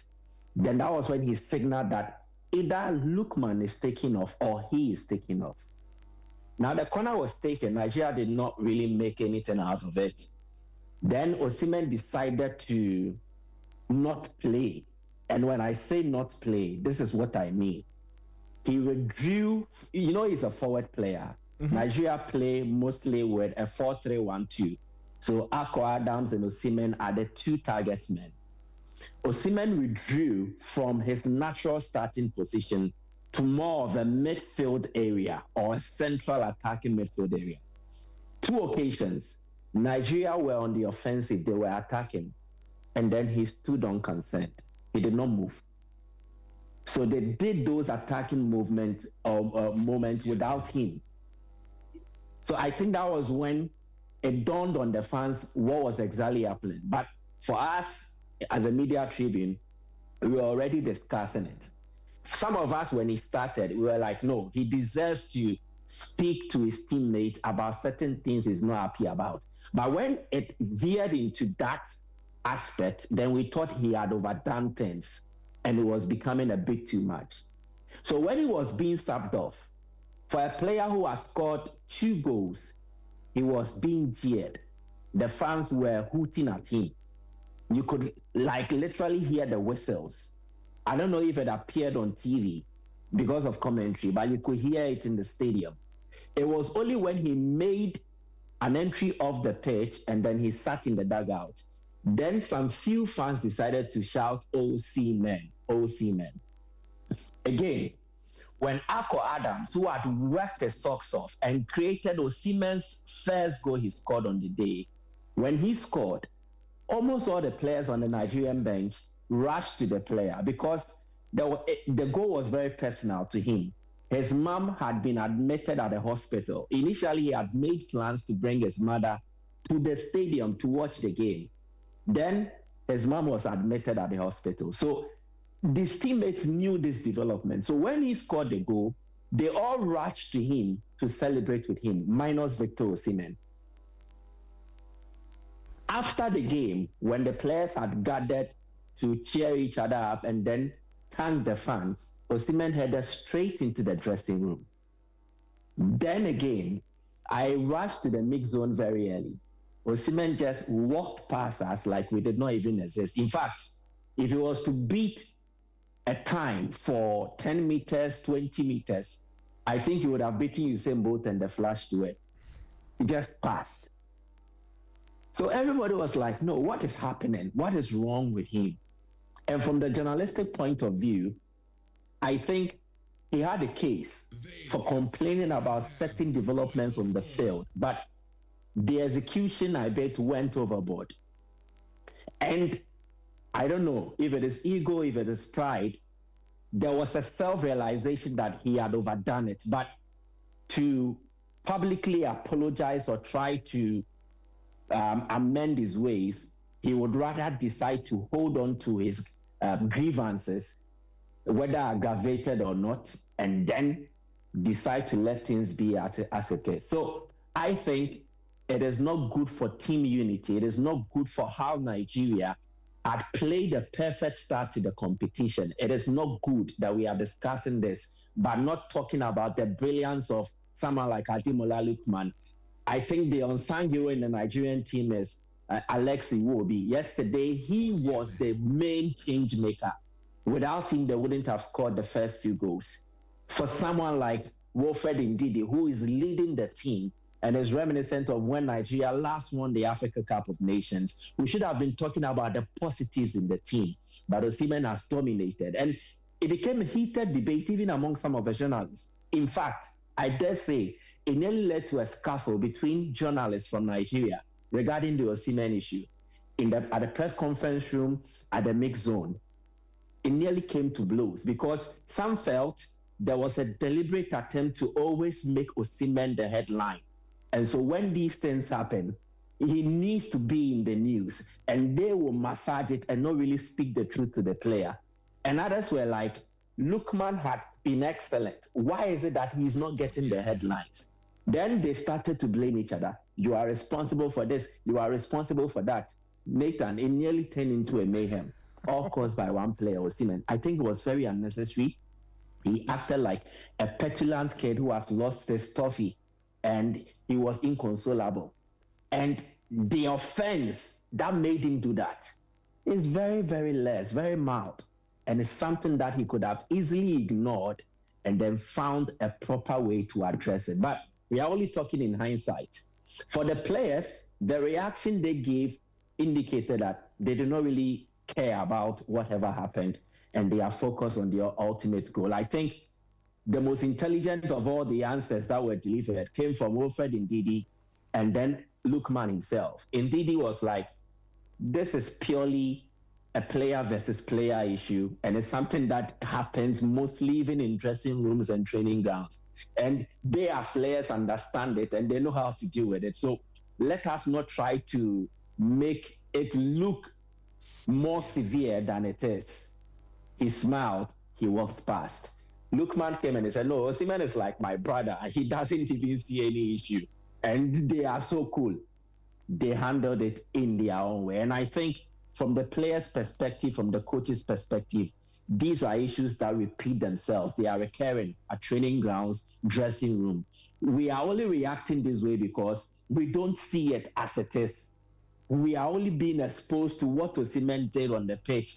But these things, even in the severest of forms, happens in dressing rooms and training grounds. So I think it will not really affect Nigeria's progress to the quarterfinals and their preparations towards whether they face Algeria or any other opponent. But discussing it as journalists, I think he should be an example for the other players in the team. He should show that collectiveness. He should show that unity. He should show that togetherness.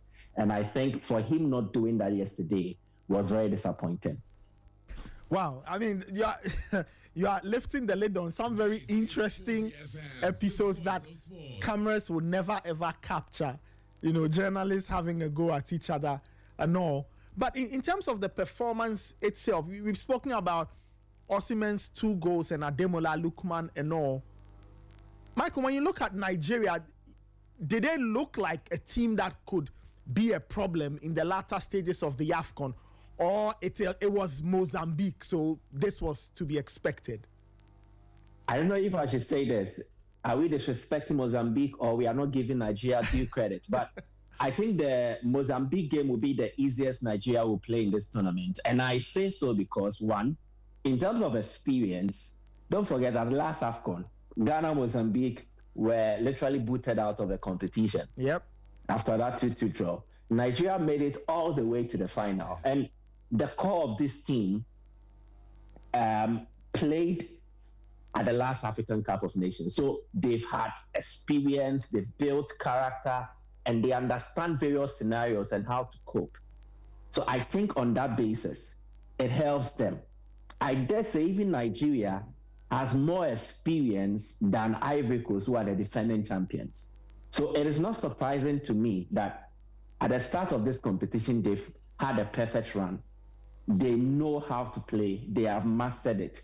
And then they have learned from painful lessons, failing to qualify for the World Cup, right from the pure World Cup group qualification phase and then to the playoff phase.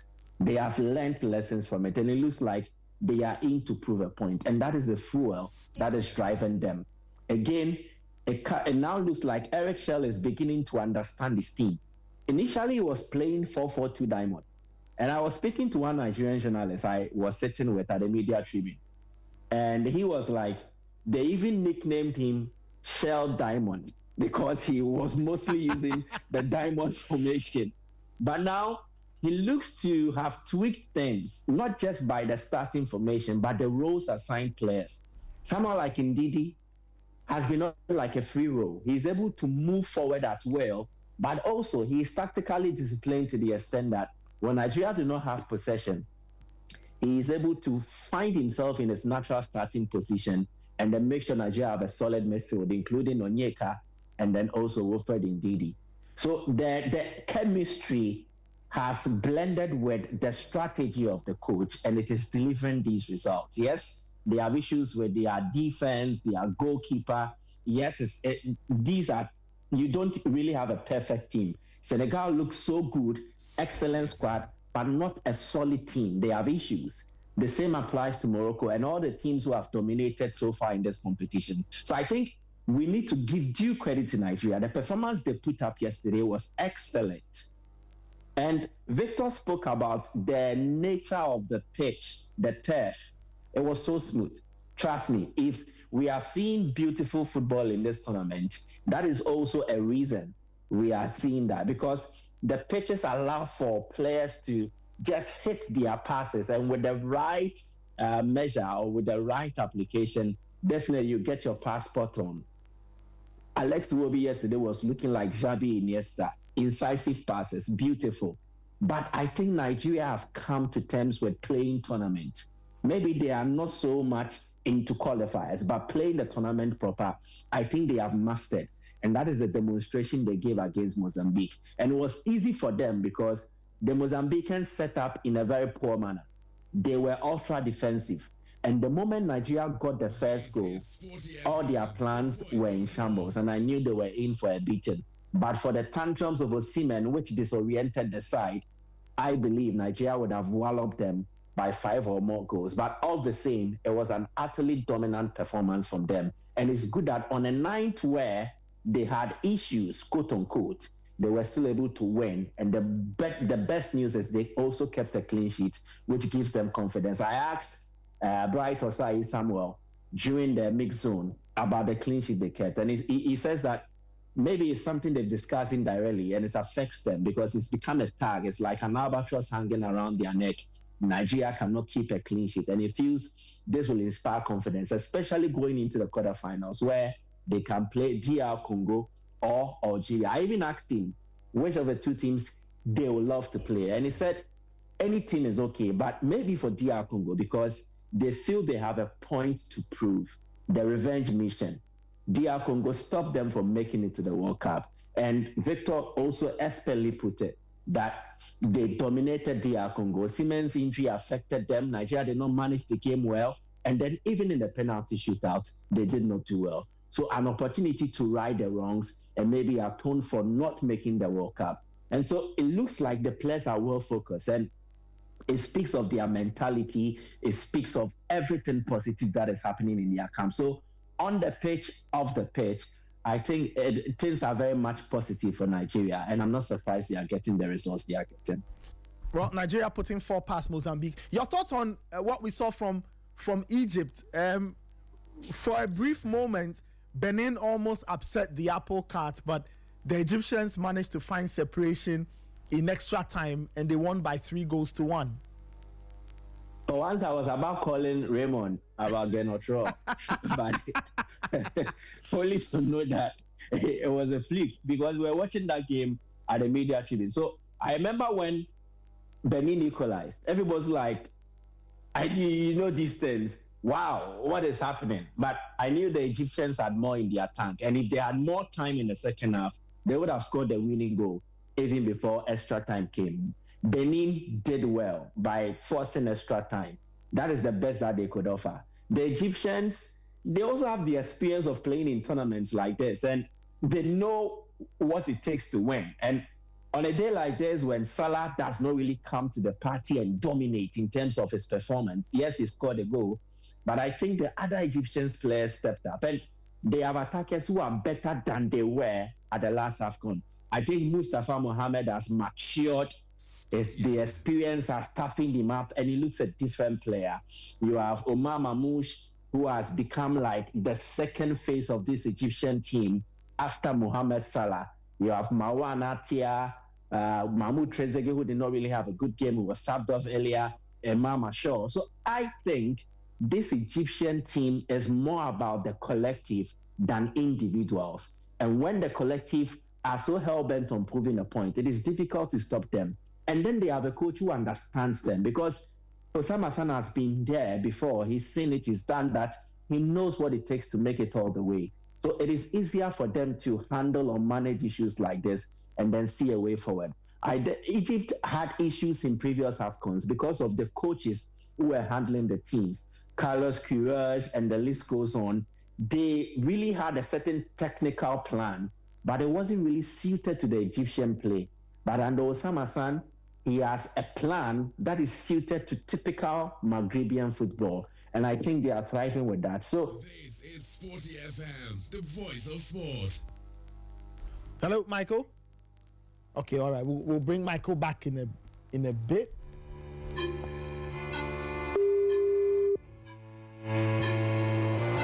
$926. You can send us a WhatsApp message. What did you make of the AFCON round of 16 games from yesterday? You can send us a comment. 054-257-106. So Michael Asaribedu is back on. Michael, you were making a point on the kind of football Hossam Hassan is letting Egypt play in this competition. Yeah, I think he's playing a football brand that is suited to the side, and it makes them feel comfortable doing that. And their ability, I think they are so malleable to the extent that they can choose to go ultra defensive and they will try. They can also choose to be more balanced, it will work, or they can be ultra offensive and it will work for them. I think Egypt, to me, in my opinion, looks like a team that is also ready for this stage. And let's see what happens. It's going to be interesting. Let's talk about today's games.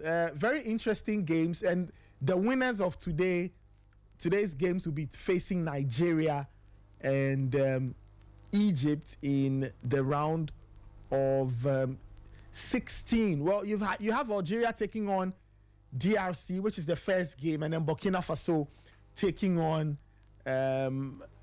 Cote d'Ivoire. Let's start with the Algerians. We've spoken a lot about Nigeria and Cote d'Ivoire and teams looking really good. The Algerians have not looked shabby at all. They've had a very interesting run in the competition, dominant in a lot of the games, but they take on DRC, and I don't think they've taken on any team like the DRC in this competition so far. Yeah, I think Algeria have done what they've done because of good coaching, excellent players, but also a very good group. The opponents they met, Burkina, Equatorial Guinea, Sudan, these were opponents Algeria would beat on any given day. So clearly, their dominance tells by the kind of opponents they faced. And I think against DR Congo, it's a different gravy, it's a different kettle of fish. This is going to be tough for them. And I say so because DR Congo have also mastered how to play in tournaments like this, and they look to be on a good run. And there's one interesting thing to note. I think bar Gabon, all the teams that played in the World Cup playoffs have made it beyond the round of 16 stage. Gabon did not qualify from their group, and it was because there was Ivory Coast who prevented them from qualifying for the World Cup, then Cameroon who were in the World Cup playoffs. So it is understandable that they did not really perform up to the expected levels. But look at Cameroon. They beat South Africa and made it to the quarterfinals. Look at what we are seeing with DR Congo. They are in the round of 16, and this is where they are. Look at the story around them. Nigeria, they've made it to the quarterfinals after beating Mozambique. So I think it is very much positive for teams that played in the playoffs. And to me, if Algeria has any chance of winning this tournament, they will need to demonstrate it against DR Congo. We've not seen an upset so far in this competition. I sense one in that game, Algeria, DR Congo.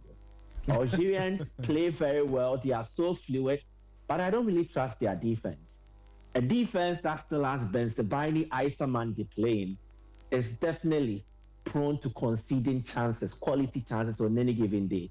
And you look at how robust and how physical this DR Congolese team can be. Thierry Bongonda, you have Meshak Elia. They have attackers who can thrive in 1v1 in Fiston Mayele and co. Exactly. And then they can also create from various outlets. I think DR Congo will eliminate Algeria. Let me make this bold prediction. I am tipping DR Congo to eliminate Nigeria and Algeria. I don't see Algeria going past DR Congo. No, I don't see it. Yes, they've kept back-to-back clean sheets, the son of Zidane, the whole fanfare around them, but they don't really convince me as the finished article yet. An excellent midfield, a solid attack, but I think in DR Congo, it will be their toughest test. And I am tipping DR Congo to qualify. Okay, quite an interesting one. And then the final one, Cote d'Ivoire versus Burkina Faso. Burkina Faso are a very interesting proposition, right? In the last few AFCONs, we've seen them chalk some very good results, but they take on Cote d'Ivoire, who themselves came back from, was it 2-1 down to win their last group game? How do you think this one will play out? Are we still sticking to the script, or we should expect an unpredictable game? As we say it in the local language, they know themselves very well. They are much more like family. And it's going to be an interesting battle around those lines, the cultural, traditional, the history part.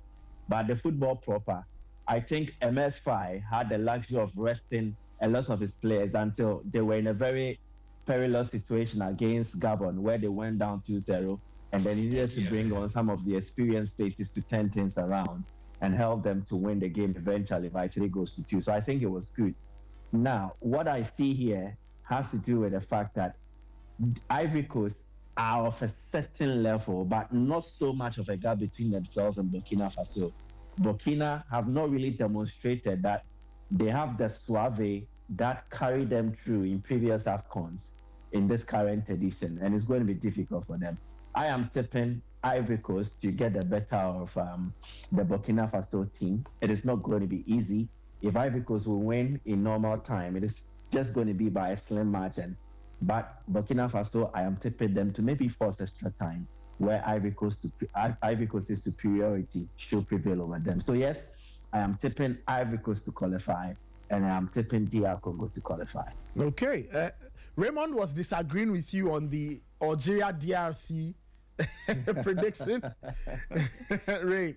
Yeah, Nathan, I think that crucially, when you look at this DRC side, and you look at their performances over the last few months, you can tell that this is a DRC team that can take on any team in the world and get the job done against them. Now, this is an Algerian team that has quality, yes. A very good coach in Petkovic, yes. But I think that what DRC have over them is a bit more physicality, a bit more efficiency, and a lot of experience in their forward. That is what makes this DRC side very dangerous. I think that it's not a match where you see you can say DR Congo going as underdogs. I think there's a match of equals, and that's why I disagree with Michael. But Michael says DRC will go through. Yes, no, but I mean, if DRC beats Algeria, it won't be an upset. Okay, it won't be an upset. They are at par, and I even think that you look at both teams and even DR Congo, the level at which they are playing these days, they are on a higher level than even Algeria. Look, Algeria have... So do you agree with his prediction? Oh, I agree. I absolutely agree. But you were disagreeing earlier. No, I only disagree with the upset bit. I don't think it will be an upset.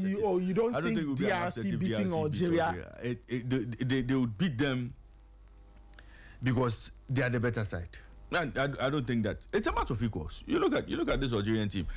You know, a lot of people want to see Zidane and go find the competition. You know, that seems to be the biggest. But he's the goalkeeper. Riyad Mahrez and the likes. You know, people want to see some of these players progress in the competition.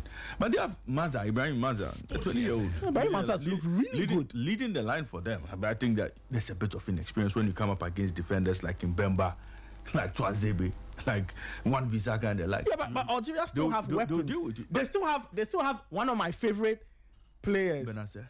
No. The chap who plays, I don't know whether he still plays for outside. Who's that? Michael, can you remind me the striker with the mustache, the Algerian forward? Oh, Baghdad Bounedjah. Baghdad Bounedjah. Oh, Bounedjah. Hey! No, but Nathan, DR Congo won't leave. I mean, they won't go into this game and leave the stadium with nothing.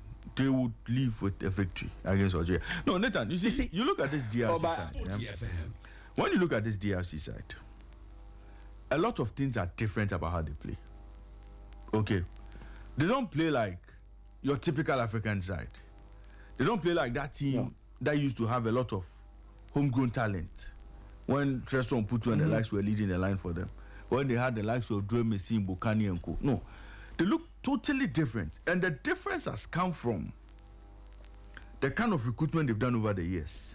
And the kind of quality they have in their forward. And coaching. The staff has been a very top-notch coach. In fact, he's a top-notch coach and he's been able to get the best out of the players at his disposal. And I don't see how they go into this game and struggle. I don't see how they go into this game and not get the job done. On the bench, they still have lots of quality on the bench. Even those who would start, Mutusami and the likes. If Mutusami is not even starting, there's Pickle on the bench. A lot of these players have football basics out of DRC. A lot of these players have football basics in France, in England, in Belgium. It's given them a slight edge over your typical African teams that have players who got a lot of orientation here on the continent. That's what has made a difference for them. Mentality, very tough, very strong, very difficult to beat. And I don't see how they don't get the job done against this Algerian side. Algeria have cracks in their team. Maybe the first few games they played never really exposed them. Look, they played Sudan.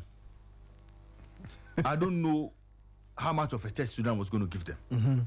They played Burkina Faso. Even Burkina Faso, in the form in which they are, they just managed a goal against them. Then they played Equatorial Guinea. If you are beating these three sides, really, I don't see how. I don't see the team that really asks them questions. Okay. But this is a DRC side. And you think that DRC asks lots of questions.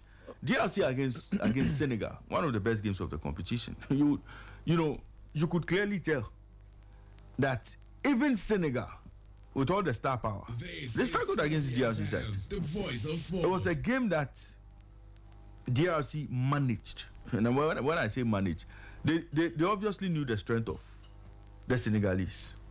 But they found a way to control that game. They found a way to keep the Senegalese at bay for most part of that game. And they even took the lead in that game before Sadio Mane got the equalizer. So I think that's a very difficult side, a very dangerous side. and they should make it to the next stage of the competition. For Burkina Faso and Ivory Coast, I think that Burkina Faso qualified as one of the best third place teams, if I'm not mistaken. Yeah. I think they finished second. Yeah. But they haven't faced any team. The only team they faced in the competition that had a lot of quality was Algeria, and they lost. Then they went on to play Sudan and played Equatorial Guinea. I don't think that the form in which these Ivorians are and the quality they have in their fold and the quality coaching they are getting. You see, Ivory Coast have shown us different sides of them in this competition. They've shown us. They've shown that in instances where they've had to react, they've been able to react. In instances where they've gone a goal down or they've gone 2 goals down, they've been able to come back into the game. It tells you how mentally sound they are as a team and how confident they are as a unit.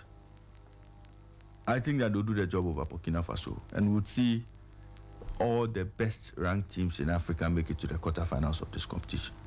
So all the teams that would possibly make it into the quarterfinals will be part of the top 10 in Africa, and that really will be a huge statement. And so if you're not in that league, it clearly tells the whole world that, look, you are not one of the best teams in Africa. And that statement should be read loud for some national teams to hear. That's what they are not part of the best teams in Africa. They are not part. Kelvin, I was going to say, Kelvin, do you want to give us predictions for today's games? My heart goes to DR Congo. I want them to eliminate Algeria. Yes, like yesterday, I wanted Egypt also out, but unfortunately, Benin did not have enough quality. But Kelvin, before Kelvin finishes, Nathan, if DRC qualify, they are going to take on Nigeria. You want a good balance. The teams in the quarterfinals, you want a good balance. So, North America have 2. North Africa. Hey, Charlie. North America. That so I think. No, Kelvin, I'm coming. So you see, North Africa have 2. Then West Africa, we're also in there. There's Nigeria. And then today one would join by hook or crook. Ivory Coast or Burkina. So one. I go with my Musi brothers. You see, then you have Cameroon already in there. Cameroon, that's whether they are West or they belong to the East or the Central. I don't even know. But you see, then you want that Central African representation. That's queued towards the East of it, and you want TRC there. You get it. I mean, we have three North African teams there. Why? So we want a good balance. So we spread it across. So there's Mali, there's Senegal. You see, Nathan, we want it to be spread perfectly well, so that we enjoy the competition. I think that this is going to be one of the best quarterfinals we'd ever see at any AFCON tournament, because you don't have any minnows in there. You don't have any small teams in there. All the teams there are giants. That is why we understand why some people didn't qualify. But Mike Kelvin, you can have. So Kelvin, you are saying DRC will go? I think DRC will go through, and then Cote d'Ivoire would make it. But I wouldn't be surprised. Just that this Burkina team still have something off. They are one of the teams. They come to the tournament, and every time they are progressing into, the quarterfinals. Making sure that they get out of the group stages, cause lots of trouble for teams.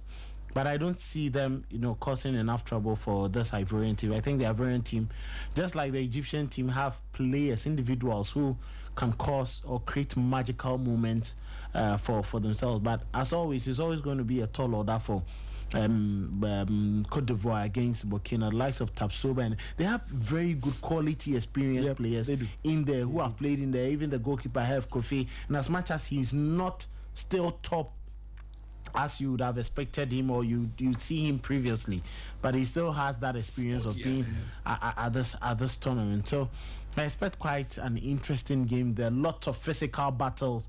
The likes of Frankie and Nikes in that midfield will come in physical, but equally Amad Diallo, knowing his brilliance, I think all those players who have come from the top sides in Europe, they've actually cemented their authority on the teams that they are playing for. We see how Brahim Diaz is doing it for Morocco.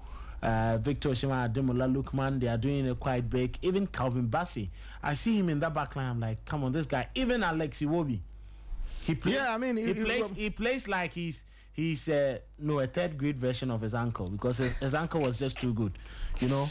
JJ Okocha was just too good, you know. He's gradually given us glimpses of the quality you'd have expected to see from Iwobi during his young years. So the Cote d'Ivoire game, I think that the only difference is, just like I mentioned, the players who can create magical moments for Cote d'Ivoire when they need them. The likes of Amad Diallo, and then even Frank Kessie when he gets into those areas.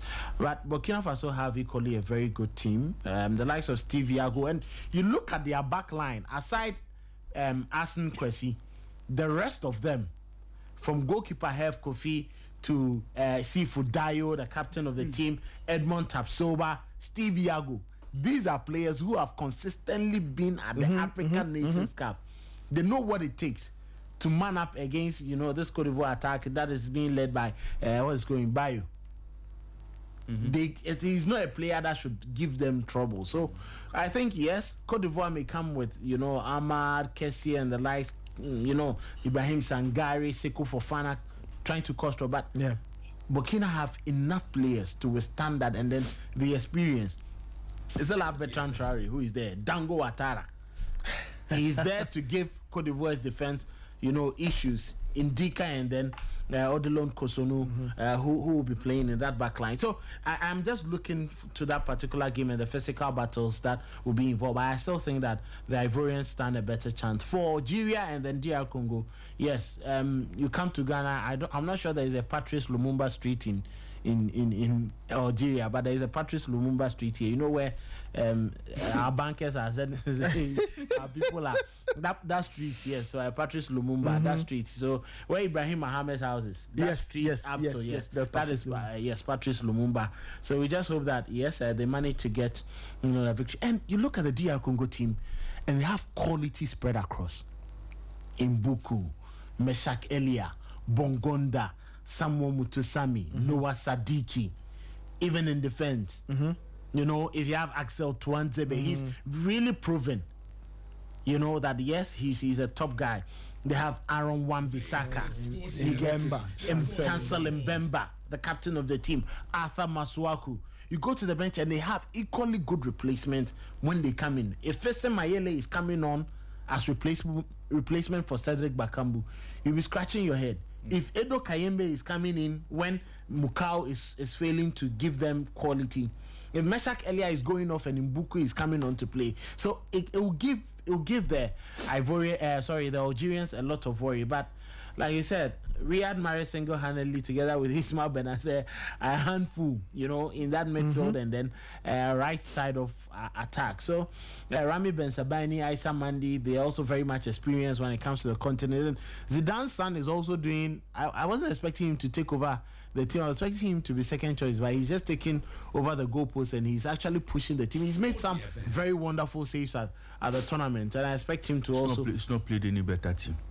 He won't play any better team, but at national team level at least. No, I'm saying they've not faced any better opposition. Well, they may not have, but these are the tournaments. You need to face some of these smaller teams to boost your confidence. Of course. And that is what I think that it helps teams. Look at Nigeria. When they manage to get the results, now look at the confidence with which they play. Yesterday, this manly Mozambique, the Mozambique that Richard Ofori decided to give us worries about in the last AFCON.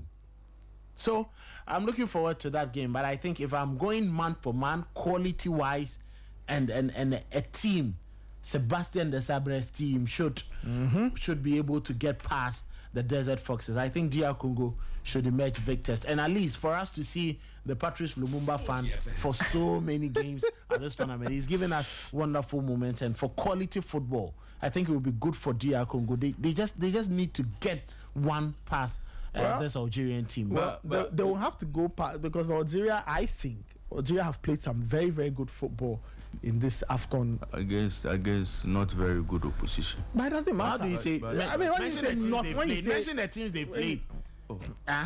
They played Sudan. They played the Sudan that they played Burkina Faso.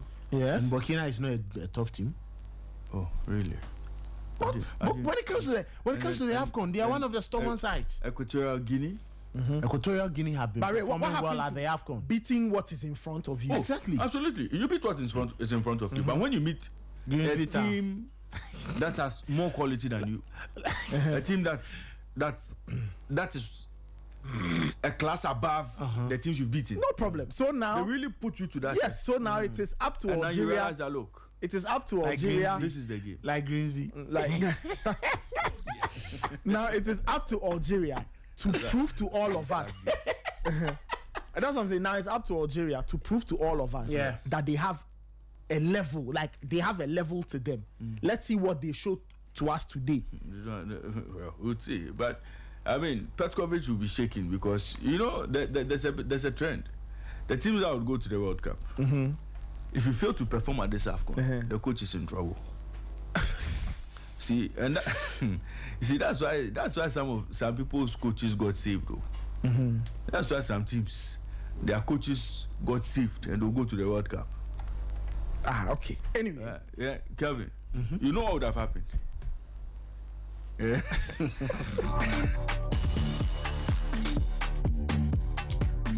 All right, 10 minutes to 10. We are wrapping it up. Before we go, Michael, where will you be stationed today?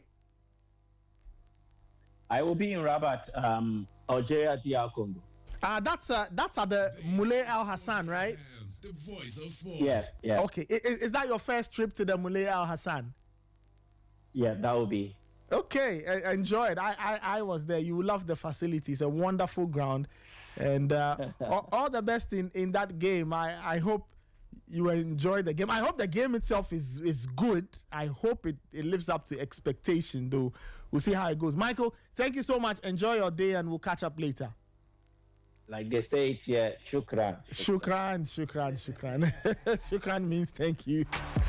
Alrighty. We are wrapping it up. Ray, do you have anything to say? Oh well, promises to be an exciting day of football. I'm expecting the teams we tip to progress, and then we have a very tasty quarterfinal. Promises to be an exciting AFCON. I think that this is going to be one of the super AFCONs we've witnessed in recent times, and we are looking forward to that. It's a good test case for a lot of the teams that want to play at the World Cup, that would be playing at the World Cup. And it should be nice to see them do well. At least strike fear in the opponents will be facing. Apart from teams that didn't qualify, that nobody is afraid of. I'm sure some of these teams, if they make a huge statement at the AFCON, a lot of teams that they'll be coming up against at the World Cup would begin to pay attention. All right, Kelvin. Final words. Manchester United are looking for a coach. Ole Gunnar Solskjaer is still around.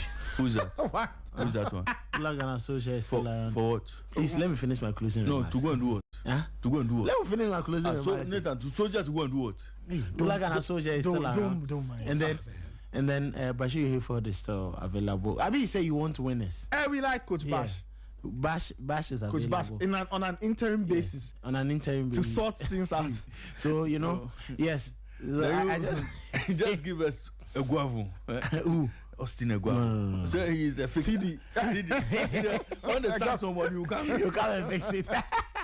Well, it's quite interesting, but we just hope to see very wonderful games. At 4 p.m., we'll be here to bring coverage of that Algeria DR Congo game. Thankfully, Asari will be there. We'll try and get him to give us, live, maybe reports, 1 or 2 from the stadium, and then later on at 7 p.m. there's also that big one between Cote d'Ivoire and then Burkina Faso. We've seen some wonderful performances at this AFCON. I'm sure we'll go on to see a lot. And I don't know, the transfer window is open, but it looks like nobody's buying anybody. We wait to see who is going to grab who. There were a number of free agents around too, but it looks like nobody's interested in free agents now. They just don't care about the free agents. So we'll just be here. Wait as things progress and unfold. We will be here to watch. But unfortunately for Ghana, I'm sure Otado will now be scratching his head. Yep, Mo Salisu. Initially he was just sad over Nyama, but hopefully Nyama will be fit. He's lost Abu, and now he's lost Mo Salisu. But thankfully, these are not his best players. No, Salisu. No, but the you point see, is you see what Salisu brings. Salisu is a rare what species. Yes, Like, he's very rare. What he brings to the team is left-footed defender. Do we have any? hopefully Abdul Momen gets fit and he steps up. And you know Jiku is left-footed centre back, but because of Salisu, so Jiku can play right. So when you have Jiku there, then Jonas Ajeti, who has proven that he can play on the right, and he'll play. And then you can also right hope side. that Momen gets, you know, better and stronger and fit with Rayo Vallecano, so he can step in there. Because before Salisu even got a great command, we were thinking about, you know, Momen taking over that position and taking that slot. So let's wait and see. No coach by this time should be giving and making excuses for players that are injured or no coach. No coach. Look, Salisu has been part of this team. We've considered all sorts of goals, all and types he's been, of goals. you know, One thing is the team has started scoring from set piece. And he's one of your goal getters. No, how many goals has he had to his name? He's a very good threat. How many goals? If you play 8 matches, he scores 1 header. Oh, but how many goals? How many defenders? How many defenders? Wait, how many defenders are able to score for their national teams? Your main source of goals. Oh, Salisu as a defender, as your goal, your area presence. Scored in the last World Cup. Jiku scored in the qualifier. He scored. I've seen a lot of players head the ball into the net and score from corners. No, but recently Salisu has had more. It is not his specialty. This year he's had two. It is not his specialty. This year he's had two. In how many games? Sorry, in 2025. In how many games? It doesn't matter. How many defenders are even able to score for their side? It is not as if you have a Nemanja Vidic. How many goals was he scoring for you people? Or VVD. How many goals was Vidic scoring? How many goals? Terry, that is club side. Or a Chancellor Mbemba. That is club side. Let's stop this thing. Stop this thing. You scored 2 goals in 15 games. The point is that. And everybody you are telling me for the Black Stars, it's a source of goals. For the Black Stars, Mo Salisu is a key player. I'm saying that you scored 2 goals in 15 appearances, and all of a sudden you are a goal-getter for the Black Stars. But the point is that look, he's a threat from set pieces. But which defender is not a threat? Anytime there's a set piece, we see all the defenders go up. All of them can equally score. Later, what I'm saying is that look, any coach who wants to give an excuse that I'm losing Salisu and so I can't play, that coach is not ready. There are options. Look for them and sort out your defensive issue, because Salisu has not been our most assured centre back. He's not been. I saw Salisu Monaco versus Man City. I saw Haaland turn him inside out, left, right, back, front, back, inside, in. These are the quality strikers we are going to face at the World Cup. But all defenders face that. No, wasn't Cannavaro destroyed by Robinho? I'm saying these are the caliber of strikers we are going to face at the World Cup. But you can't use just one moment. Some of these things is even a blessing in disguise. So who is your best stop to okay, play? So right now we'll bring them. See. We'll bring them. Do you know Patrick Pfeiffer? Oh, Master, make you bring that. I'm asking a question. Do you know Patrick Pfeiffer? We don't know. So I know to add those backup plan. It's to bring Pfeiffer. Nathan, let me give some shout outs. Shout outs this morning. You know, I have a beautiful team out there. I have a beautiful team. Okay. I have a beautiful team on the. You see that road that is going up there. Okay. I have a small team there. So this morning, my very good friend Monica Bukari is listening to us. Says she's enjoying the show. Okay. And big shout outs to Atom and Enoch. Okay. They are my born partners. I see. Monica Bukari, good morning to you wherever you are. Have a super day. Happy birthday to Akosia Ampoma Anastasia. Yes, she works with one of the top law firms here in Accra. So Akosia, happy birthday. May the good Lord continue to bless you, guide you, and protect you. We just hope that this year will bring lots of goodies. Yes, more cake. money. I'm bringing cake. Yeah, bringing cake. Yeah, good. So me too. I'll bring rice. Yes. The party is set. We get people. Yes, and we get people. And give us people. The party is set. All right, that's how I wrap it up this morning on the Sporty Breakfast. Many thanks for listening. I did this with Raymond Nyamador, Kelvin Owusu, Michael Asai Boedu, Victor and Blessing joined us. on the line.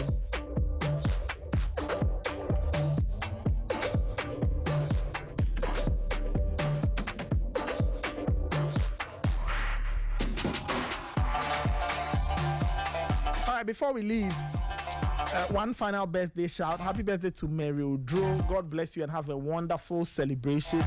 This is from your friends in ANSEC Science 1 2013 batch. Okay. All right, this has been the Sporty Breakfast, and it was live on Sporty 106.1. Many shouts to my production team, Abigail Immortal, Naneke and Angela, Emmanuel Ayamga and Fly, my DJ Fidelis, our team lead Gary Al Smith, the rest of the gang. Many thanks to you, our listeners. Thank you so much for joining and for tuning in. Thank you. We've got more stuff for you on Sporty FM. There's the news at midday, Sporty Plug at 12:30.